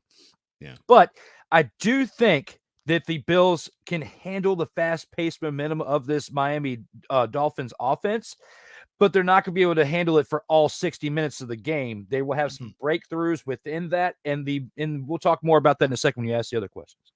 Yes, definitely. Cool says, look, the Dolphins were undefeated until Tua got hurt last year, and guess who were the opponent that hurt him last year? We're talking about them.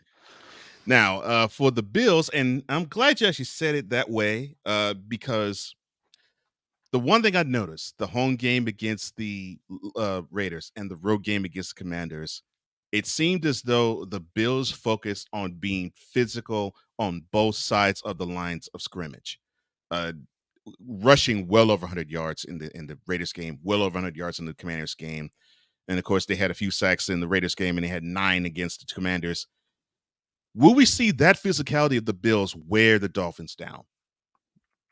It can. It most certainly can, because they've done it to other teams in the past. And you brought up a very good point about Tua getting smacked around last year, and it was because of the hands of the Buffalo Bills. I feel like that is a very, very big thing we could see. There's a lot of potential for that in this game. I still think the Miami Dolphins overcome it. We'll talk about that in a second. Okay, well, you said the Dolphins are going to win. Why do you say it? I think they learned from last year. I think their quarterback's making smarter decisions as we've seen these first 3 weeks of this year. He's not taking the hits, and he's not making the foolish calls when it comes to running the ball and making some foolish plays that he'd made in the past. So I think that even though, yes, the Bills did knock him out last year, the Bills, obviously, as we've seen these first 3 weeks of the year, are not the exact same team they were last year. They're not in this, when I look back on everything as a whole, they're still a decent team. They're still a hard-hitting team. They're going to stay in there with you. But there's been moments throughout this season already in the first 3 weeks where I've got question marks. I feel like the Dolphins win this game. It's not going to be by 50 points, but they definitely can win this by 10 points easy. I will go the other way, and I'm not saying that we won't see that.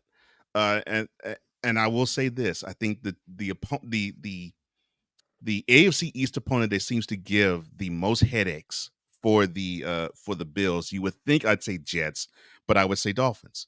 Last year was proof. They lost in South Beach. They needed a last-second field goal to beat them in the regular season, and they needed a few sacks against the third-string QB to hold on to a 6-point victory when they played in the wild card in Buffalo. So this team gives the Bills fits. However, And I think it is the team speed all around, but definitely the offensive team speed seems to give every NFL squad fits. But you did make a good point earlier in saying the Bills actually could handle it. And if this game was in South Beach or Coral Gables or wherever you want to call it, but if this game was in Miami, I would probably give it to the Dolphins.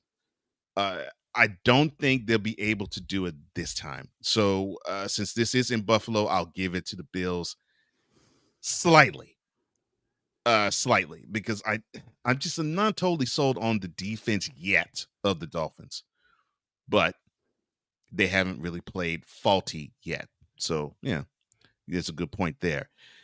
Now to another Sunday 1 p.m. kickoff, the Browns at 2-1. They host the Ravens, also at 2-1. The Browns are favored by 2 in this game. We will start with the Ravens. Now, they played uninterested against the Texans and won, and they played.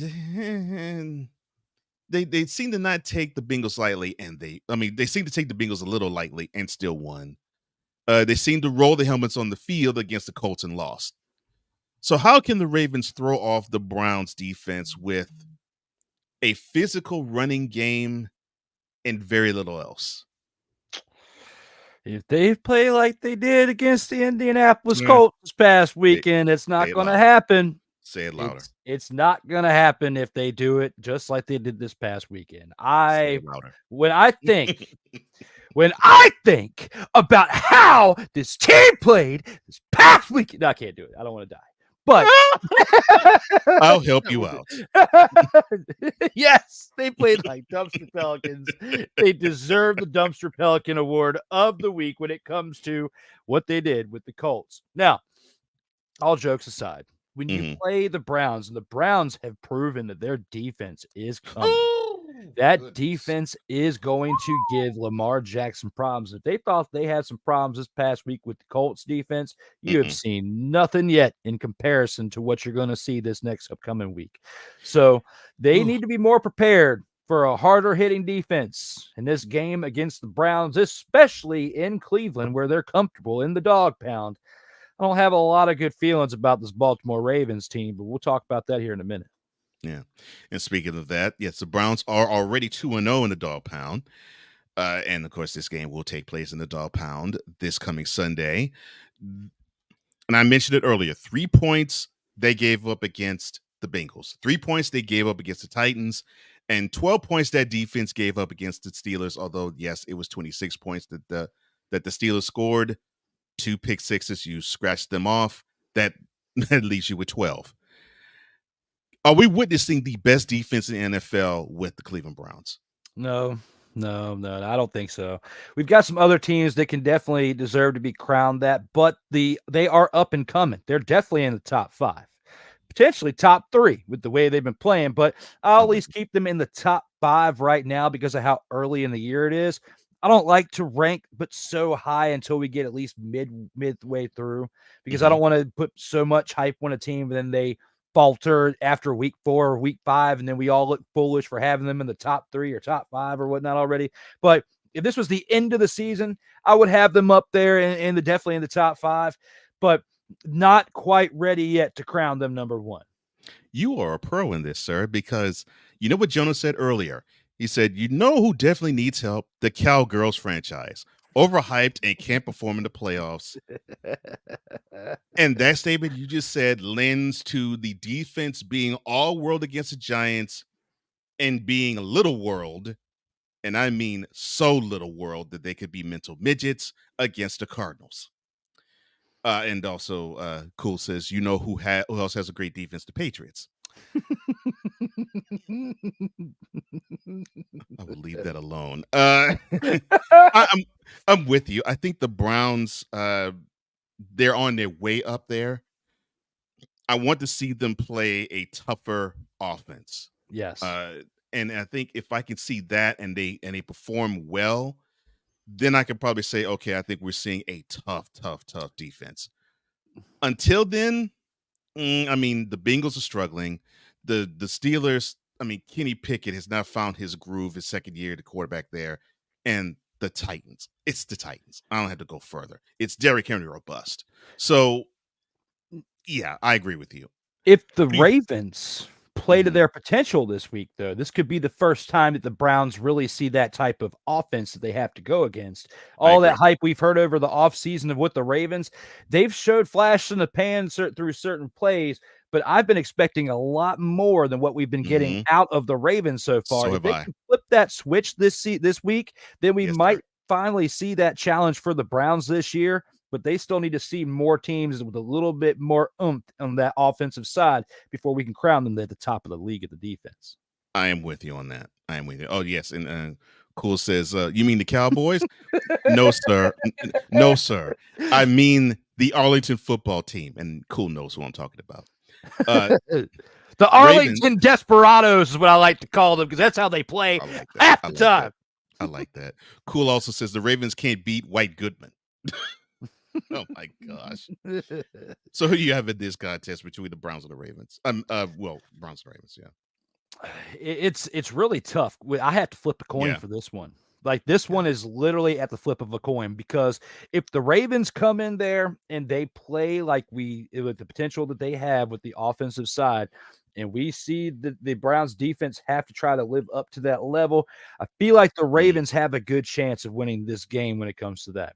However, when I think of what Uncle Rico did this past weekend against this team, and the Browns defense is a harder defensive opponent than what you had in that game against the Colts. I'm going to go out on a limb with this, and I'm going to say that the Browns are going to win this game 27-17. Uncle Rico, that nickname.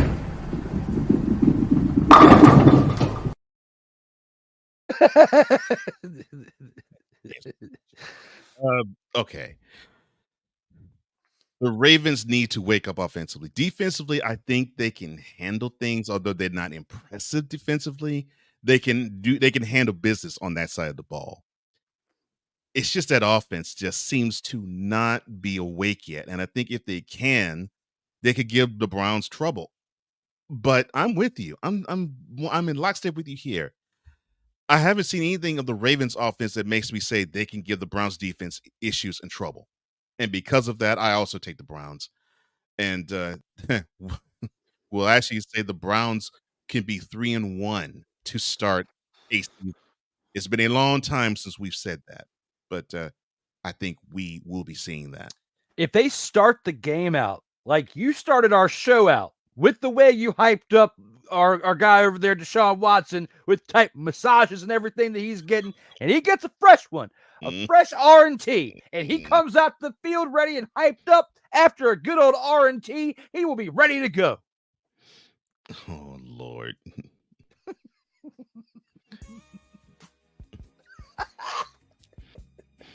Cool McCain says, Watson gets his pregame massage on Saturday, and Cleveland gets the W on Sunday. Oh, yeah. You know, girl. You know the position. Get to it. Oh, you look so smooth. That skin glows so nice.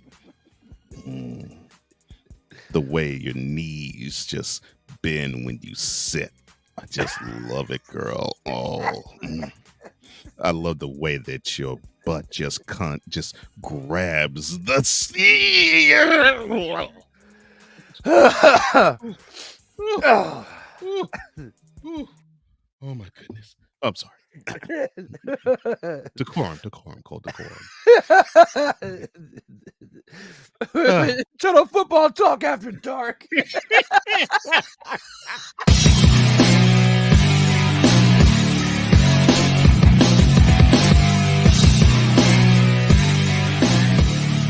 Next, the chopping block and snowflake of the week. This is Total Football Talk.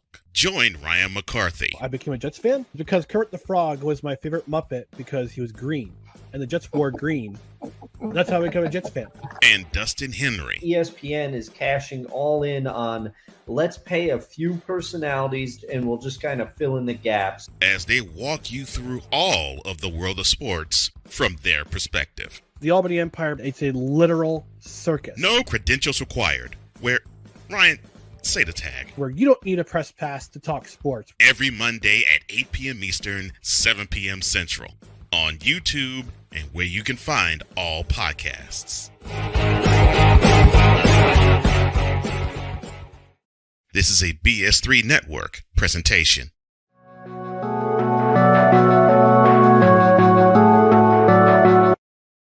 I want to do a TED Talk, but I don't have anything to talk about yet. I'm getting there. Life is for the living. We're not here that long. You can learn anything you want to learn without any money spent. What do I really enjoy? What do I really want out of life? I am your host, WIZE. Are you in a life holding pattern? Well, this is for you. Welcome to the Stuck in My Mind podcast. Live every Monday, Tuesday, and Wednesday at 4 p.m. Central.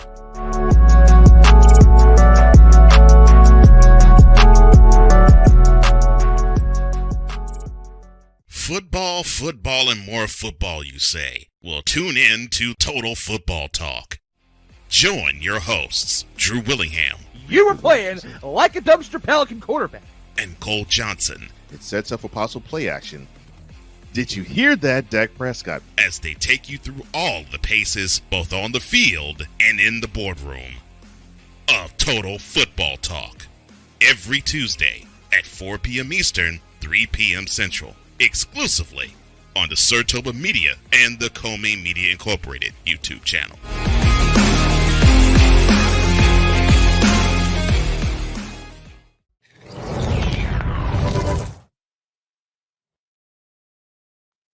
Welcome back to Total Football Talk with Drew Willingham. I am Cole Johnson, and I'm really falling in love with our fandom here.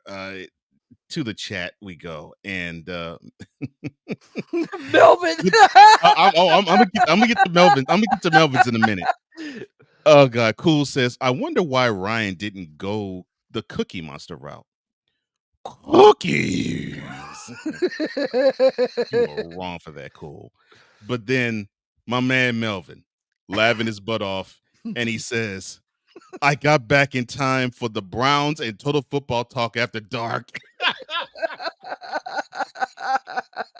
Thank you for coming back at that time. But yeah, I mean, hey, if it wasn't for Cool, put this there, I would not have gone there. But Cole transitioned into the commercial beautifully because it was like Total Football Talk After Dark, Mike drop commercial.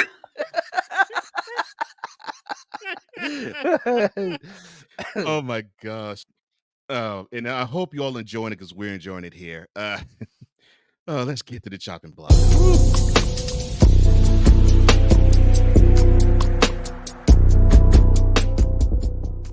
And someone who needs to go on the chopping block, but for some reason is not, is one Zach Wilson.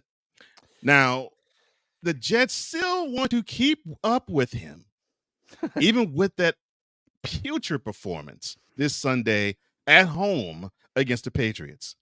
And they seem to back him up, and he seems to be able to talk the backing up, because after that 15-10, well, I'll say it this way. After the 15-10 dumpster Pelican game that we saw in a loss to the Patriots, he said, quote, it's tough. We weren't doing anything on offense. A lot of frustration by everybody on offense. Close quote. Coach Prime. Ain't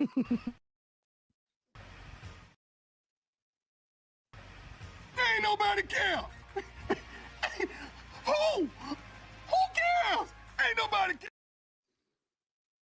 Look, son, no. I'm not gonna go there.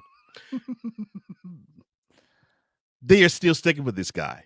You even have Joe Namath saying, I've seen enough. What are the Jets organization seeing that we aren't? You know, I'm going to go back to what you were talking about at the beginning of this, how they still want to keep tabs with them. You know how you can still keep tabs with someone after you cut bait? You can still follow them on Instagram. You don't have to have them in the locker room. So if he's making that big of a negative impact on the team, sometimes you just have to walk away. In this case, that's what's got to happen with Zach Wilson, because we've all experienced it at some point in our lifetime where we've had been a part of a decision that affects us internally, or somebody that's a part of a team and make a decision, whether it's good or bad personally. And in this case, if you like him so much personally, you can still follow him on Instagram and watch how he does outside of the team. But if he's this much of a dumpster pelican, the tallest one of them all, and he's on your team, you've got to cut bait. Yeah, you do. You do. You're having Jets legends saying, and I mean, you're having the joke of, I saw on First Take where Shannon Sharp pointed out to a Jets fan that was basically saying to Zach Wilson, get off the effing field, and his dentures was about to fall off his mouth. I mean, it's just getting bad. It's just getting really bad. Cool says, look, great timing. Thank you, sir. I appreciate that. Mickey says, this is an awesome show. Thank you, sir. I appreciate that. I totally appreciate that. RC, it's good to see you, brother. RC Talks Basketball and Caitlin. That's Caitlin Clark.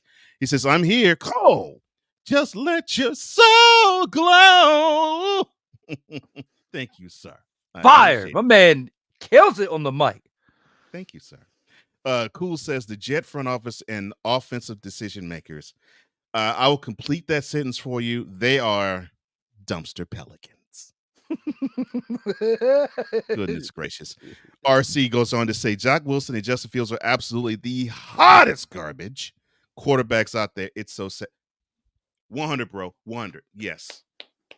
And I haven't gone in on Justin Fields on this show yet, but I know eventually, sometime throughout the year, I will.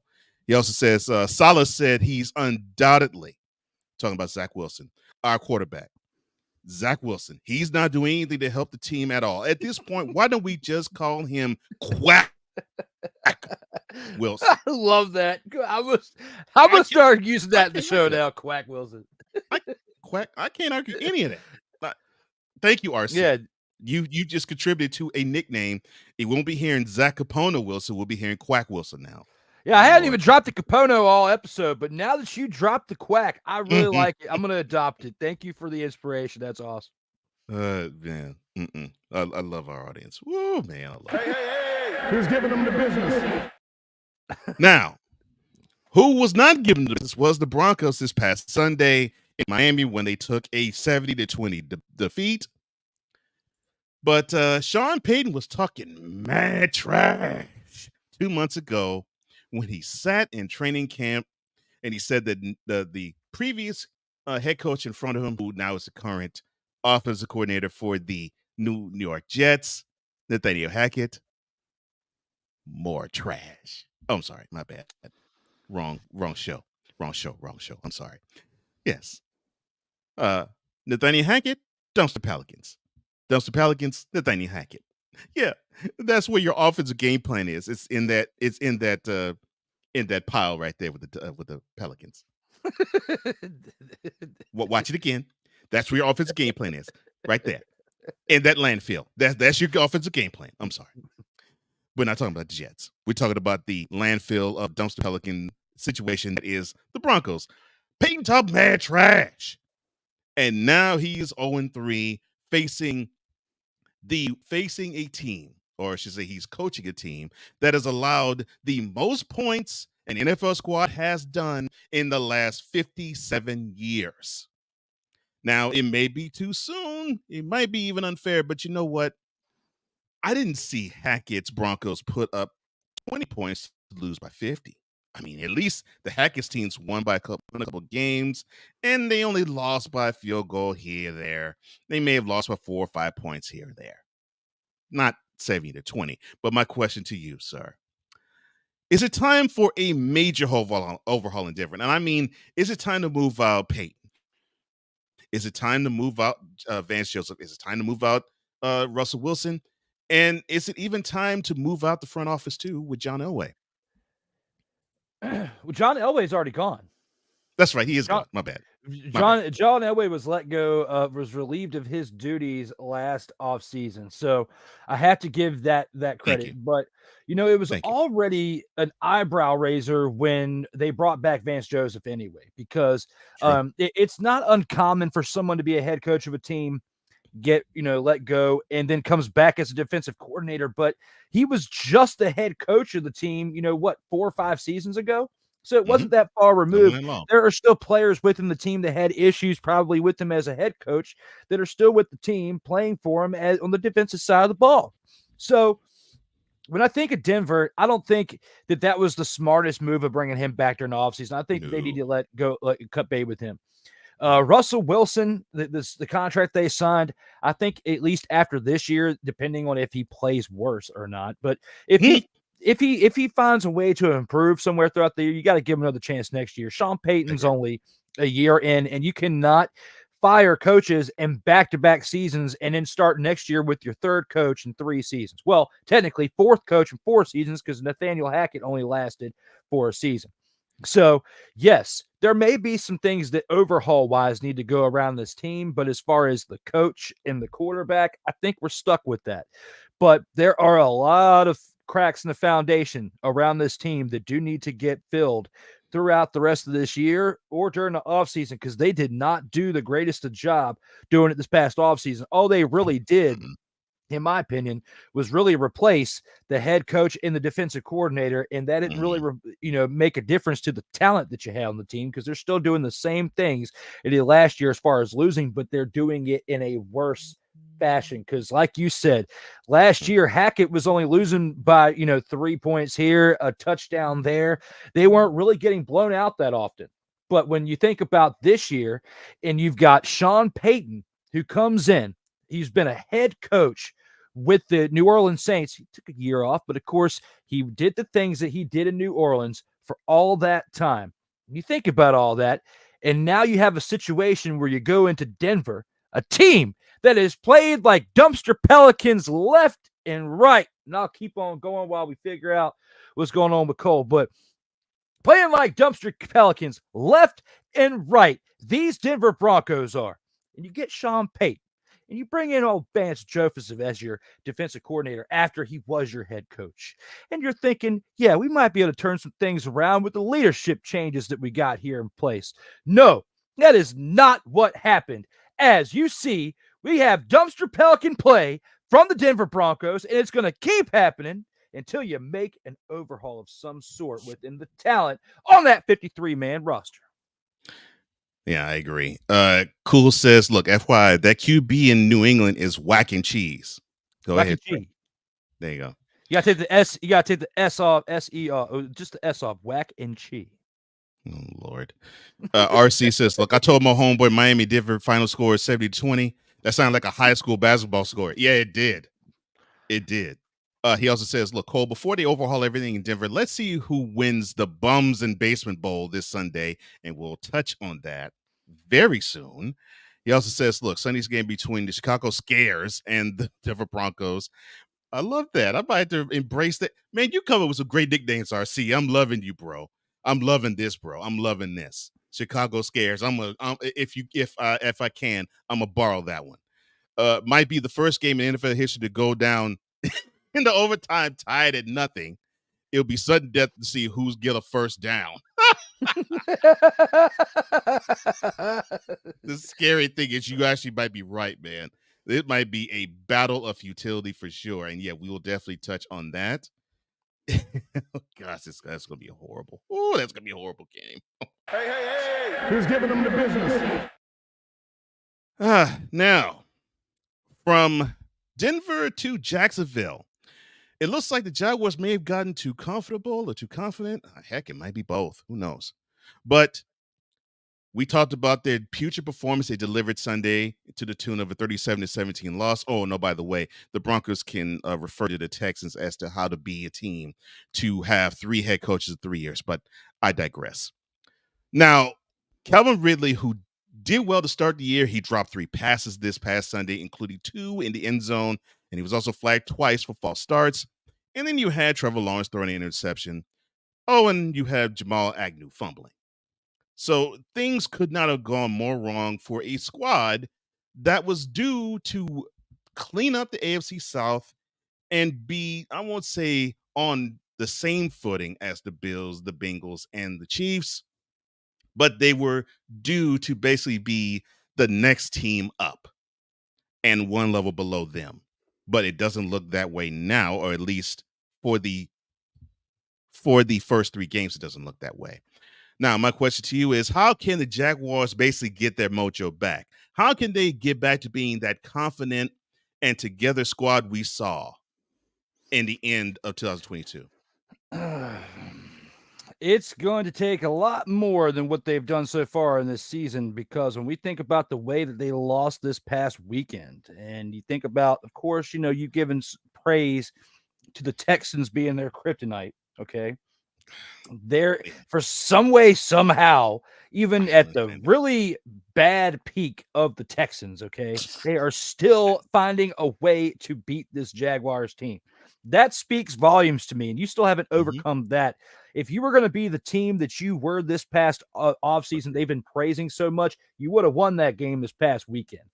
You got to find a way to not get psyched out by these teams that are on paper with their roster, except for their quarterback right now, playing like dumpster Pelicans. Okay. Like, seriously, like, except for their quarterback, CJ Stroud, who has been playing very well. Texans are known. They're probably the 8th Pelican in the back. Okay. So I agree. Yeah. So I can't give so much praise there. Jaguars, they've got to find within this core, and it stems from the core of the team of why they lost that game this past weekend. They have to fix what's wrong within the core of that foundation in order to get that straight. They're not a bad team. They're just losing to bad teams. Yes. And that's the most inexplicable part of it to me. It's like, wow, you shouldn't be losing by that much to a team that isn't that good. And I'm saying it's about my team.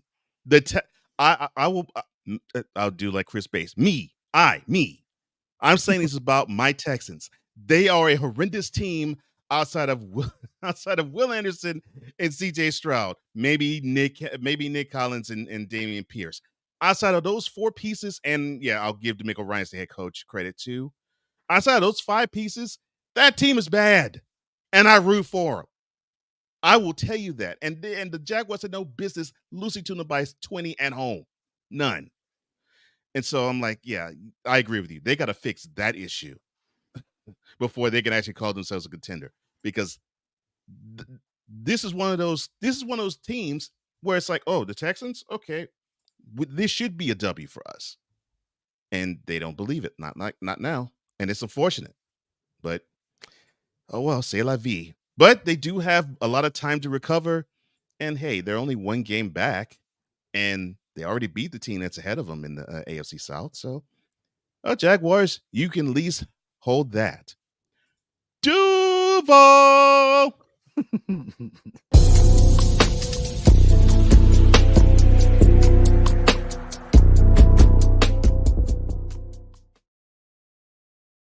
Total Football Talk.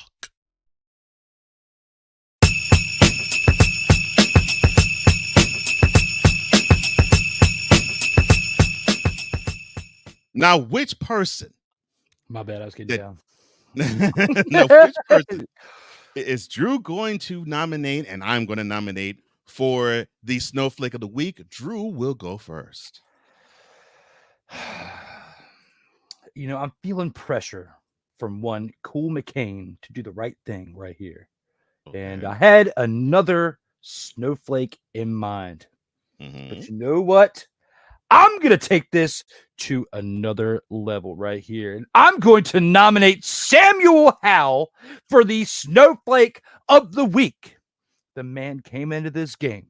There was hype. Coming into this game for the Commanders. Playing the Bills. Oh, you're undefeated this year. You got Sam Howell. You're 2-0. Yet you're also at home. And what do? You have an interception. You have an interception. No, you have an interception. No, you have an interception. My Snowflake of the Week goes to one Samuel Howell for having 4 interceptions thrown. And on top of that, That very last one, that fourth interception where you played hot potato with the man on the other side and you just went, and then he catches the ball, goes, and then runs to the runs it in for a pick six. That's what happens. To the end zone is what happened. Followed by a little bit of That's what happened when you scored a touchdown. So Sam Howell, you spread the ball around all right. Different receivers caught the ball, and especially for the other team, you are the snowflake of the week, in my opinion. And tune in to more of that on D. Willie in the evening, Thursdays at 11:15 p.m. Eastern, 10:15 p.m. Central on the Sartoba Media YouTube channel. Oh my gosh, you are hilarious. and you're getting a lot of praise here. Our brother, why is Elefe? He says, wow, you're throwing your QB under the bus. Hey, I'm trying to just prove out here in these streets that I am not a straight homer from our team. Even though before they change the name, we already know what's on this arm right here. I'm just doing the right thing by calling somebody out for their dumpster Pelican-esque play. Mm-hmm. Cool McCain says it should be RDP, and that's Rain Dakota Prescott for of the Arlington football team or Dallas Cowboys. Wise also dominates the Cowboys themselves. And yeah, they probably would be for me. However, an NFL team gave up 70 points. I'll say it again. An NFL team gave up 70 points.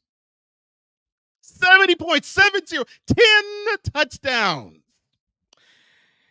And I could say all 11 of the Broncos defense, but I'm not.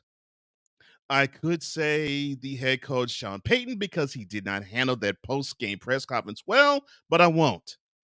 I will focus my eye squarely on the former head coach of the team that he now is defense coordinator of, Vance Joseph. Sir,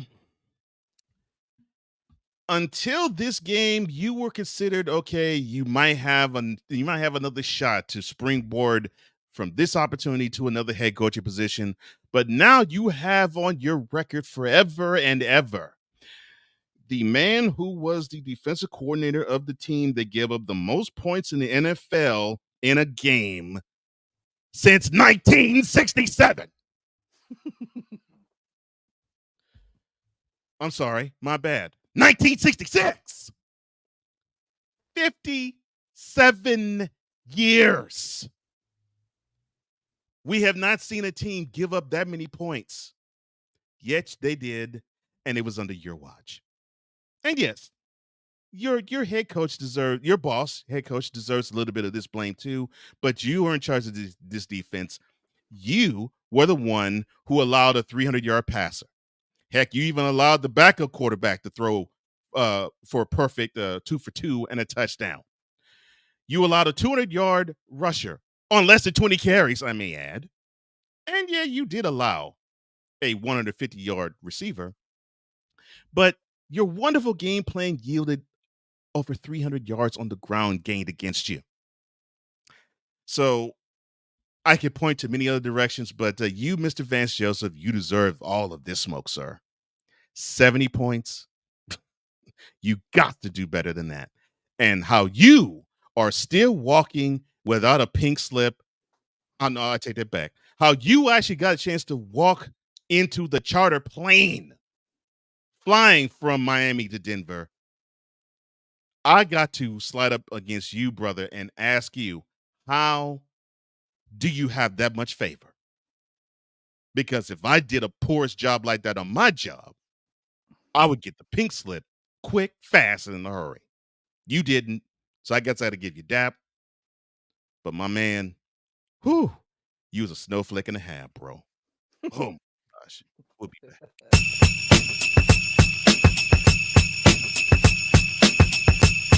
The 2-minute drill is next. This is Total Football Talk. Hey, Eagles fan. Join my man Cool McCain and a host of others as they break down every single game, every single week in an objective manner, and also from a fan's perspective as well. Remember, this cast feels just like you. Nobody likes you. And you don't care. Fly, Eagles, fly. Eagles Elite Podcast. Every Wednesday at 8:30 p.m. Eastern on YouTube and other podcast outlets.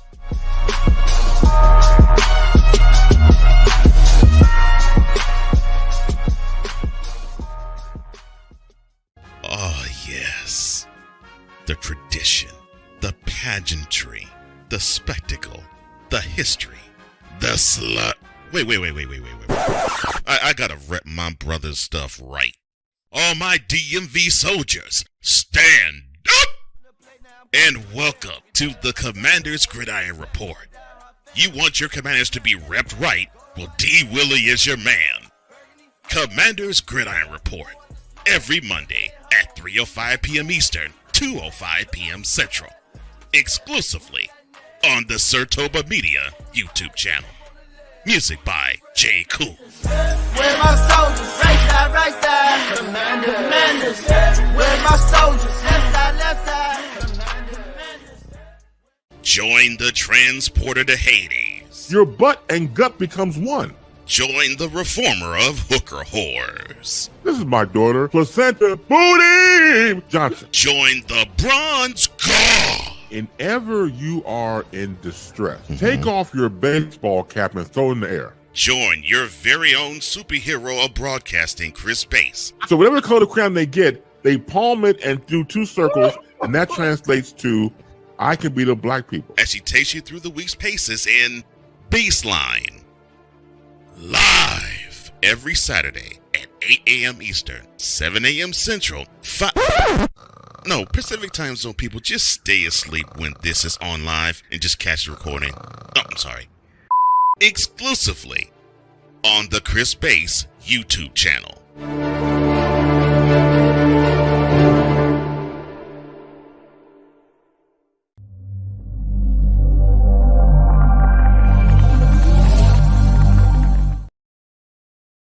And down this stretch we come here on Total Football Talk with Drew Willingham. I am Cole Johnson. To the chat we go before we do break out the best of the rest. Cool says, gotta go Braun News. So no C with the Broncos. Okay, gotcha. RC says the team of invisible defenders, aka the Broncos. Yes. Wyatt says the backup running back, talking about the Dolphins, the backup running back scored 2 touchdowns. And he also says Sean Payton is eating his words about Nathaniel Hackett. Yeah, we touched on that earlier. And I agree with you, Wise. He is eating a lot of crow now. Jonah says, I've been bad. Talking about the Commanders. He says, I've been a Commanders fan since I was born, and I remember Patrick Ramsey was our QB. Yeah. I don't even want to touch that one. Oh, my gosh. Woo. I do remember that, too. And I'm not even a fan of the Commanders. Goodness gracious. Danny Werfel or whatever. Werfel. Yeah, I remember all that. Like, I was born 87, so I remember vaguely, like very vaguely, that last Super Bowl because I was like 5. I remember like the Super Bowl party and some pieces of it. And of course, seeing the game of NFL films afterwards. But I remember more of the downfall than I do of that situation. And I remember those quarterbacks of the past. You might as well have some Browns starting roster quarterbacks for the past 25 years like you would for this team because the list is long. Yeah, it is. It is. But hopefully better times are ahead for the Commanders. But I feel your pain because I'm going through with the Texans too, so I know the pain oh so well, man.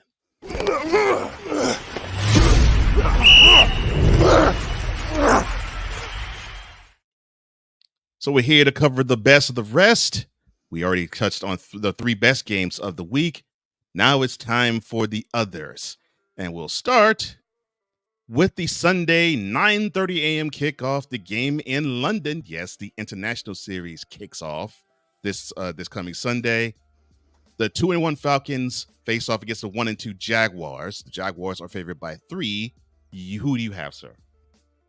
Jaguars are favored by 3 after this past week. Yeah, I give it to them. You know, even though you are playing the Falcons, I feel like the Falcons finally got humbled in this past week. I see them dropping 2 straight games. Jaguars, don't see them losing this one. I feel like the Jaguars beat the Falcons here 18-11.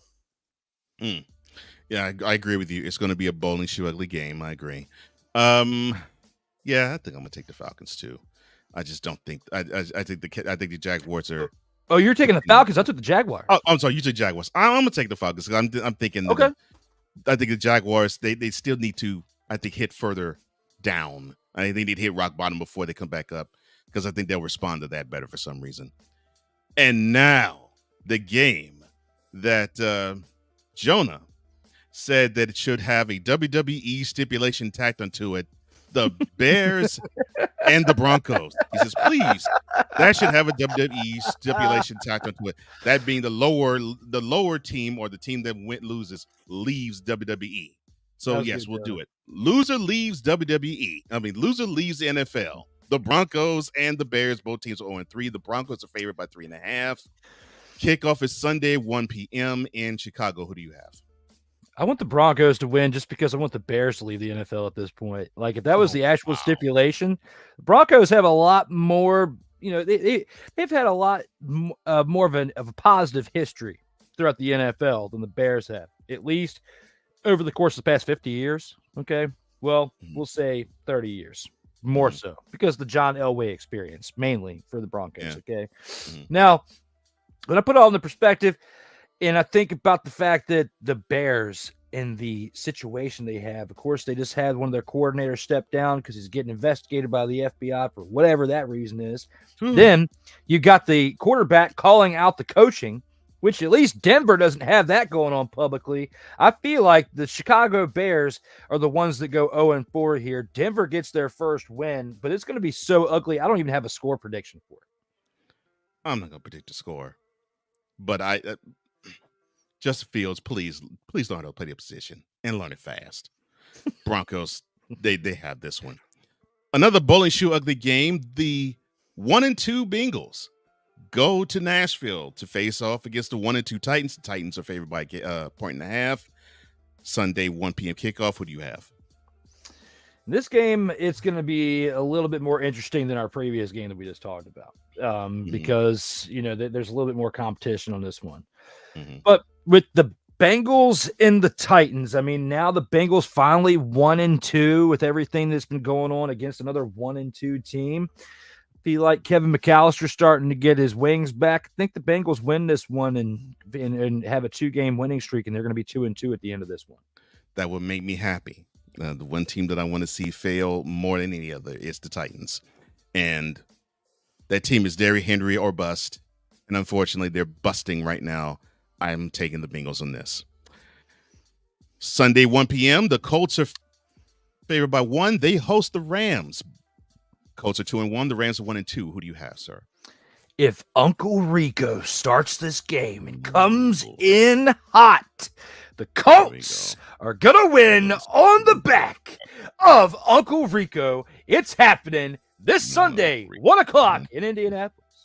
Oh, my gosh. Okay. Well, yeah. Yes. Fine. I believe in Uncle Rico. Okay. Yeah, the Colts will beat the Rams. Goodness gracious. The battle of 2-1 teams and the battle of the NFC South lead. Sunday, 1 p.m. kickoff at the Mercedes Superdome. The Saints, who are favored by 3, they host the Buccaneers. Who do you have, sir? Jameis as the starting quarterback. I don't have high hopes for this situation right here. I feel like Bunker Stayfield overcomes his previous deficit, and the Buccaneers will be 3-1 after this game. Let me see. If Derek Carr comes back and plays, I don't think he will. But if he does, I actually even dinged up. I feel that they would have a chance to win this game. But since it's Mr. Eat the W's that might, he's gonna be eating L's. I agree with you. I think the Buccaneers will take this too. Hey, that same mouth is 8 stolen crab legs as well. Oh Lord. I figured, but hey, I was hoping against hope because I don't want to see Jameis Winston at QB for the Saints. Yeah, thank you, Wise. We can't give credit to them if Jameis is going to play this game, but it's got to go with the Bucs. Yes. Another Sunday 1 p.m. kickoff. We have Cool McCain's favorite team, the Eagles, hosting my partner's favorite team, the Commanders. Surprised that the line is 2.5, but who do you have in this, sir? The Eagles are going to mollywop the Commanders. End of story. I don't know if they're going to mollywop them, but I think they're going to handle them. Yeah. I think the Commanders, and this isn't trash talk. I just don't think the Commanders have enough to withstand what the Eagles can do in Philly. I just don't see it. No, they don't. I laid down the hammer very well yesterday on my team, and as much as we want to sit up here and be homers for our team and expect our team to make the playoffs every year and get to the Super Bowl, it's just not going to happen in the real world unless you stack your team up on Madden and you play it that way. That's the only way you're going to the Super Bowl this year. But you said it beautifully, though, there, Cole. The team is just not quite ready yet. They don't have the offensive line that can withstand the pressure that the defense from the Eagles are going to give them this Sunday. As much as I would like to see the improvement there, it's just not going to happen until until they do that during this offseason or the following offseason, whether it's via draft or free agency or trade, where it's going to be a struggle until that point. Yeah, that defensive line of the Eagles. Woo! There's some dogs on that line. All right, another Sunday 1 p.m. kickoff. The Vikings travel to Charlotte to play the Panthers. That's Carolina. Did he not know Carolina? I'm sorry. The Vikings are favored by 3. Who's going to win their first game? Did you see this matchup potentially taking place when it was on the schedule during the offseason with the Vikings and the Panthers? And we thought maybe one of them would have 0 wins, which we were right about that team. But the other team, though, the Vikings, both of these being winless, Adam Thielen in Carolina now against his old team, probably saying, well, it didn't matter if I stayed or I left because both teams suck. So in this contest, you have to win this game if you are the Minnesota Vikings, if you have any hope of turning this thing around this year. Any hope whatsoever, because you've already got the same amount of defeats as you did last year for the entire season in the first 3 weeks of the year. So now, what are you going to do? You have to come in here to the Carolina Panthers. I feel like the Vikings get this win, and I feel like this is going to be the boost they need to finally jumpstart the rest of the season. Will they pick up where they left off last year as far as finishing the season with a really good record like they did? I don't know yet, but it's still got time, but they have to start now if they have any chance of doing it. I agree. RC, you a champ, bro. He says the Bears got about as much a chance of winning as a brand new box of ice cream sitting in Haiti. That's a beautiful line right there, bro. He says, look, I may take the Saints because the Bucs got exposed yesterday. The Bucs who we thought they were up against real competition. The middling Bucs do beat poor teams, though, so they got a chance. I agree. And then he says, oh, look, maybe someone the funky Vikings can finally beat. And yes, I'm with you, RC. That's a team that the funky Vikings can finally beat, because I think they will. Another Sunday 1 p.m. kickoff, the last one we're going to touch on. The Steelers are favored by 3.5 on the road against the Texans. The Steelers are 2-1. The Texans are 1-2. Who do you have, sir? It's going to be a tough contest for this one when it comes to the Houston Texans coming into this one compared to last week. I don't think that they're going to be able to beat down the Steelers like they did in this past weekend, just based on what we saw what the Steelers did as well. It's going to be pretty close.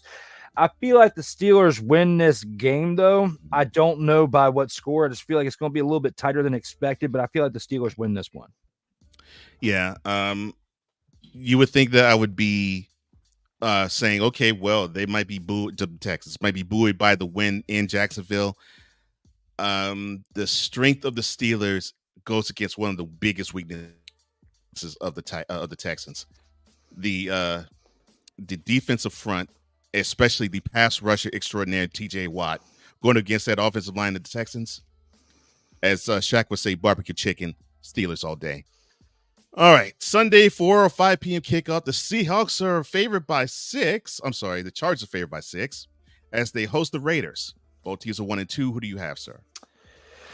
I have the Raiders in this one, actually, because the Chargers did pull off the victory this past week, but I feel like the Raiders got embarrassed enough that they know that if Jimmy G throws 3 more interceptions, it's not going to cut it. And I think Jimmy G knows that too, that he's on thin ice if he keeps playing that way.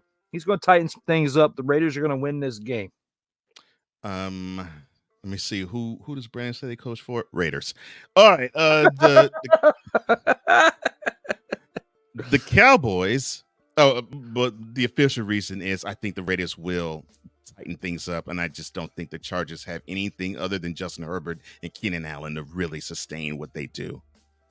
Yeah, you can say Joey Bosa, but have we actually seen him perform this year yet? Not really.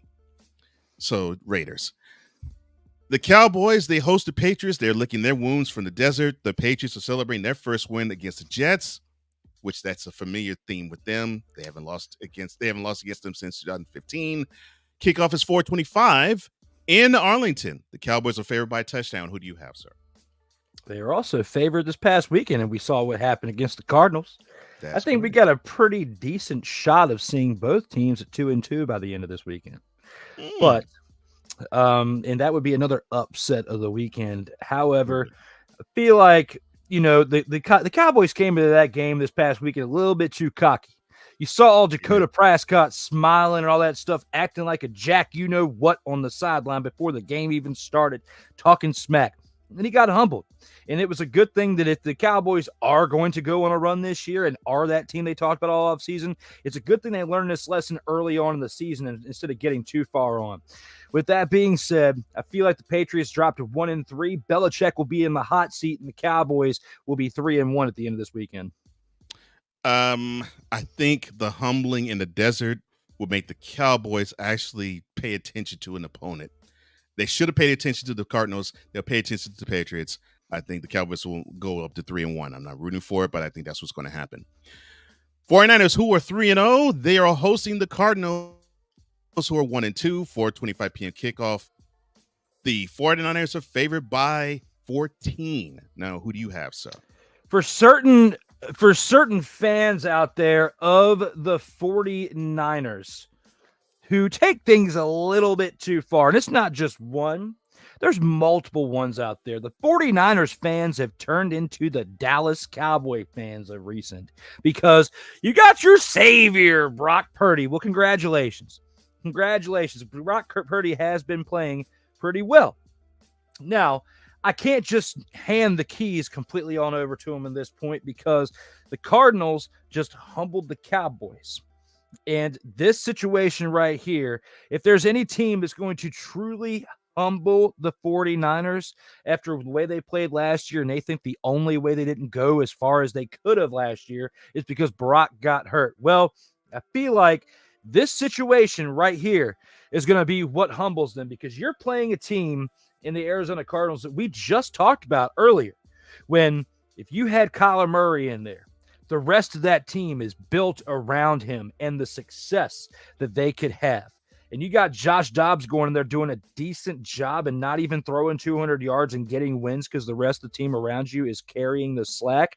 I think, and deservingly so, to some of these 49er fans out here who need to do us all a favor and shut up because you need to learn how to win and not brag about it every single week because just because you're winning doesn't mean you're the greatest because there's other teams out there that are better than you. You deserve to lose this weekend to get humbled. I think the Cardinals have a good chance of winning, but unfortunately they won't, and San Francisco will win this game.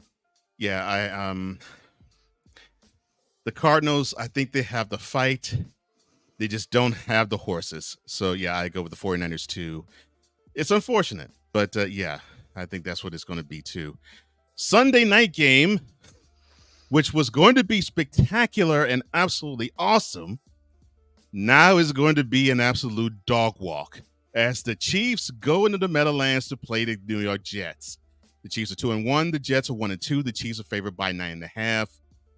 Should I even ask who you have in this game? That's what I thought. Monday night, 8:15 kickoff. Chiefs, both Drew and I. Monday night, the Giants are 1-2 in the Meadowlands again. They will face off against the Seahawks at 2-1. 8:15 kickoff on Monday night. The Seahawks are favored by 1.5. Who do you have? Seahawks keep playing like they have been. They're doing well enough to definitely get another win this upcoming week, especially against the Giants. It's time that the Giants fall again. The Seahawks will win this game. Yeah, I think the Seahawks will be 3-1. I don't think the Giants have anything for them, especially if Saquon Barkley is not on the team. I mean, if he's not suited up and playing. If he's there, then they would definitely have a fighter's chance. But nah, and of course my mentality brother is a huge Giants fan, but he knows I keep it real just like he does.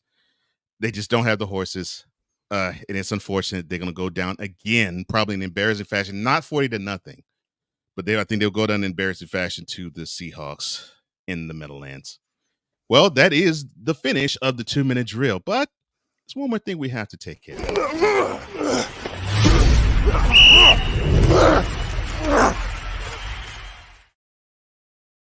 Total football talk.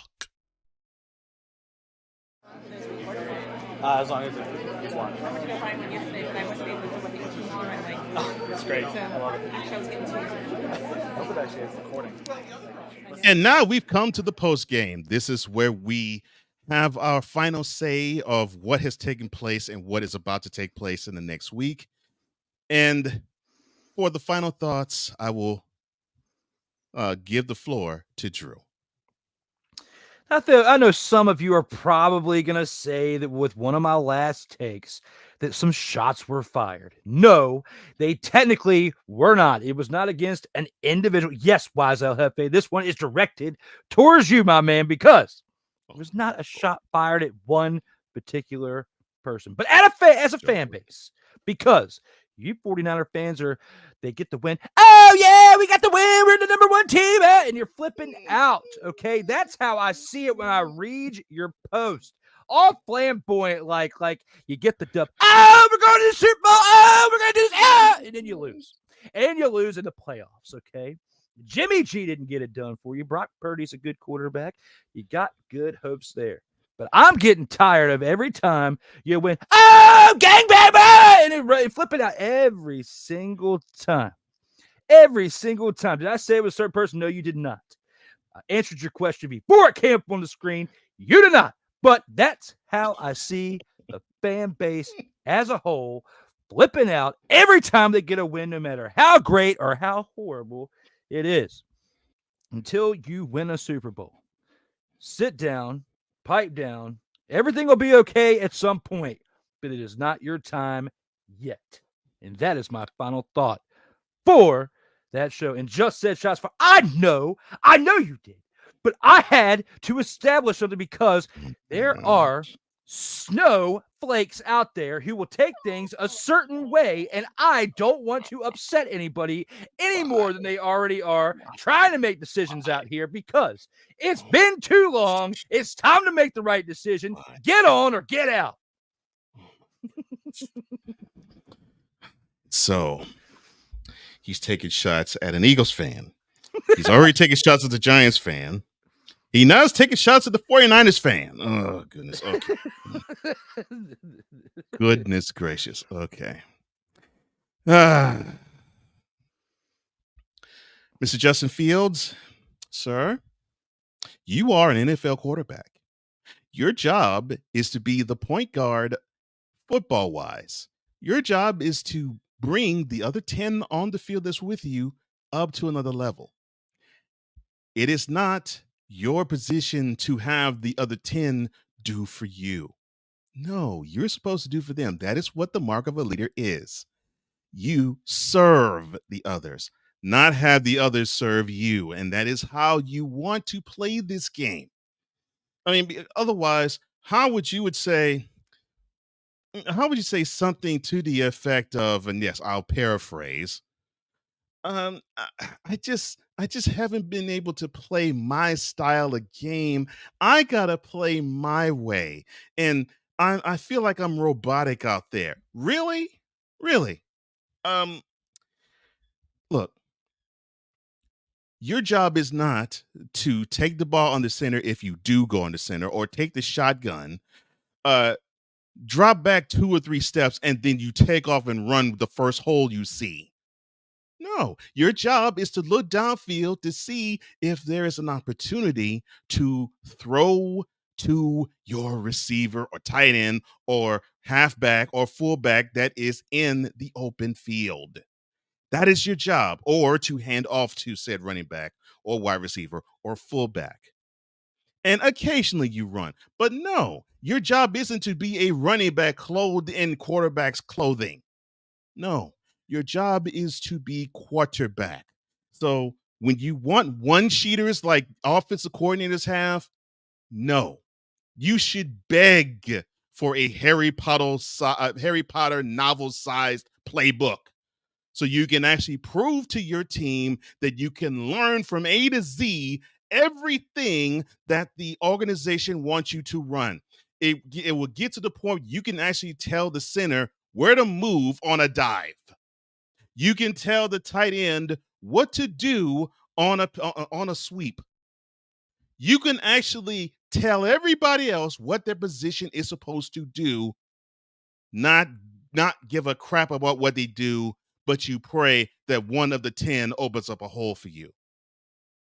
You got more to do than just look cute and say, I am a hybrid quarterback. No. You're being a hybrid dumpster pelican, man. Come on. Come on. Get real, son.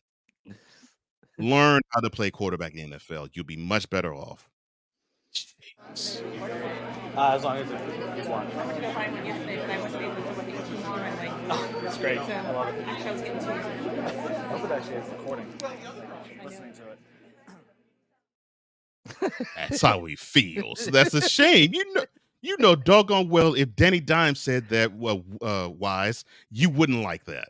That's how he feels. And Mickey says the 49ers fans need to slow their roll there and stay in their lane. They really do, because I'm getting tired of seeing it. Every single time they win, it's like, come on. If you have to flip out that much because your team won, then you've got to reevaluate things going on outside of football. Well, I'll shut my mouth. All right. Is there anything else? Is there anything else you would like to say to our wonderful Total Football Talk audience before we go? You guys have been crushing it today. In all 4 episodes. This is now the 4th straight week we've had this show. And you guys, every week, it makes the show more interesting. That's why I was telling Cole earlier when we were talking about, we were having some technical difficulties. When it comes to, we were having some technical difficulties earlier. We almost couldn't go live today. We almost had to record it and then repost it. But that changed the dynamic of the show because you guys amp me up more. And I know you do with Cole as well, not to try to speak for him, but you amp me up more with the comments and helping us with the flow throughout. It makes it even more interesting. If it's more interesting to us and we can show it as a reflection on the show, and it just makes it even better. So you guys being part of this show makes it better. So from me and from Cole, thank you each and every week for being here, because that's why we do it. It's for you, not for us. Yes, you all are awesome. I cannot say that any better. Thank you, Drew, for saying that. And yes, I'm Cole Johnson. I approve that message. So yes, I agree. Thank you. And thank you, Wise. I'm glad, brother. I'm glad that you approve, because that is a big vote of confidence coming from you, man. Thank you. So I appreciate it. That's my brother saying that. I appreciate that. Much love to you, man. I got to beg one thing, though. I got to beg one thing before we roll out. Okay. Guys, it has been 6-7 weeks since my baby has been on the air. I'm begging you. I'm begging you tonight.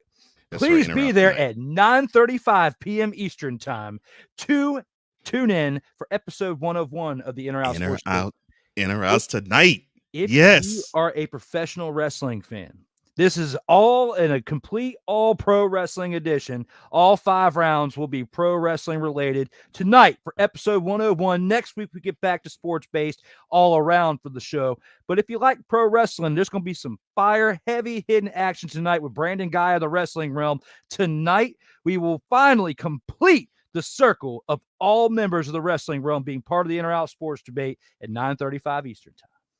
Well, In or Out's back. You heard it from the man who runs it.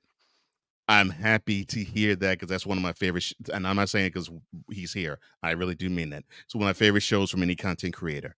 So I'm glad it's back, and I'm glad it's back in full force. And man, all wrestling edition, that's even better. Oh man. Okay. Well, yeah. I might be like Wise. I might have to stay up on that. And Mickey says I'll be all over that. Drew. Yeah. Thanks, Mick. Thanks, Wise. I appreciate you, it, brother. fellas. Oh man, but look, thank you for liking, thank you for sharing, thank you for subscribing, and thank you for hitting that notification bell so you can catch any and all content like what my brother just said In or Out tonight on Sotoba Media's YouTube channel, and any other content that emanates from that channel or the Comey Media YouTube channel, because we just had the most recent episode of Mentality debut yesterday. So understand the stuff is coming, and next week. Tune in. Wise in the AM's coming, and it's gonna come with some heat from yours truly too. So watch out for that as well. He had a nice little preview last night too. I was able to catch that a little bit. I will admit I have not had a chance to check Mentality yet. That is going to actually be on my plate for after I get through In or Out tonight.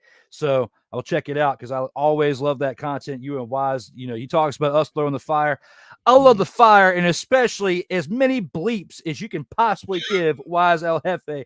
That makes that show even more interesting when and you just got to guess what what he's saying, but guessing what the bleep is, that's my favorite game from watching Mentality. Figuring out what my man said behind the bleep. I love you, bro. Oh man. You make this fun, and I appreciate you and all that you do. Oh man, for Drew Willingham or D Willie, I am Cole Johnson here to say in parting as we always do. In life, just like a tackle, keep your head up. And always remember, you got to play until the whistle blows. So long, everybody. And if you want to catch anything on the social medias for Drew, you see it right there. All of it's there waiting for you. And if you want to catch me, all you have to do is go to flowcode.com/page/host Cole Johnson. So thank you so much. I'm going to get on it. I need to simplify it. I'm sorry, guys. I'm going to try. It's just me out here in these streets. Give me some time. It's been a rough year. I'll get on that flow code. Give me like another week or two. I promise. And then we can update that graphic right there. That's okay. Oh my gosh. We're out of here. We'll see you next week. We love you guys.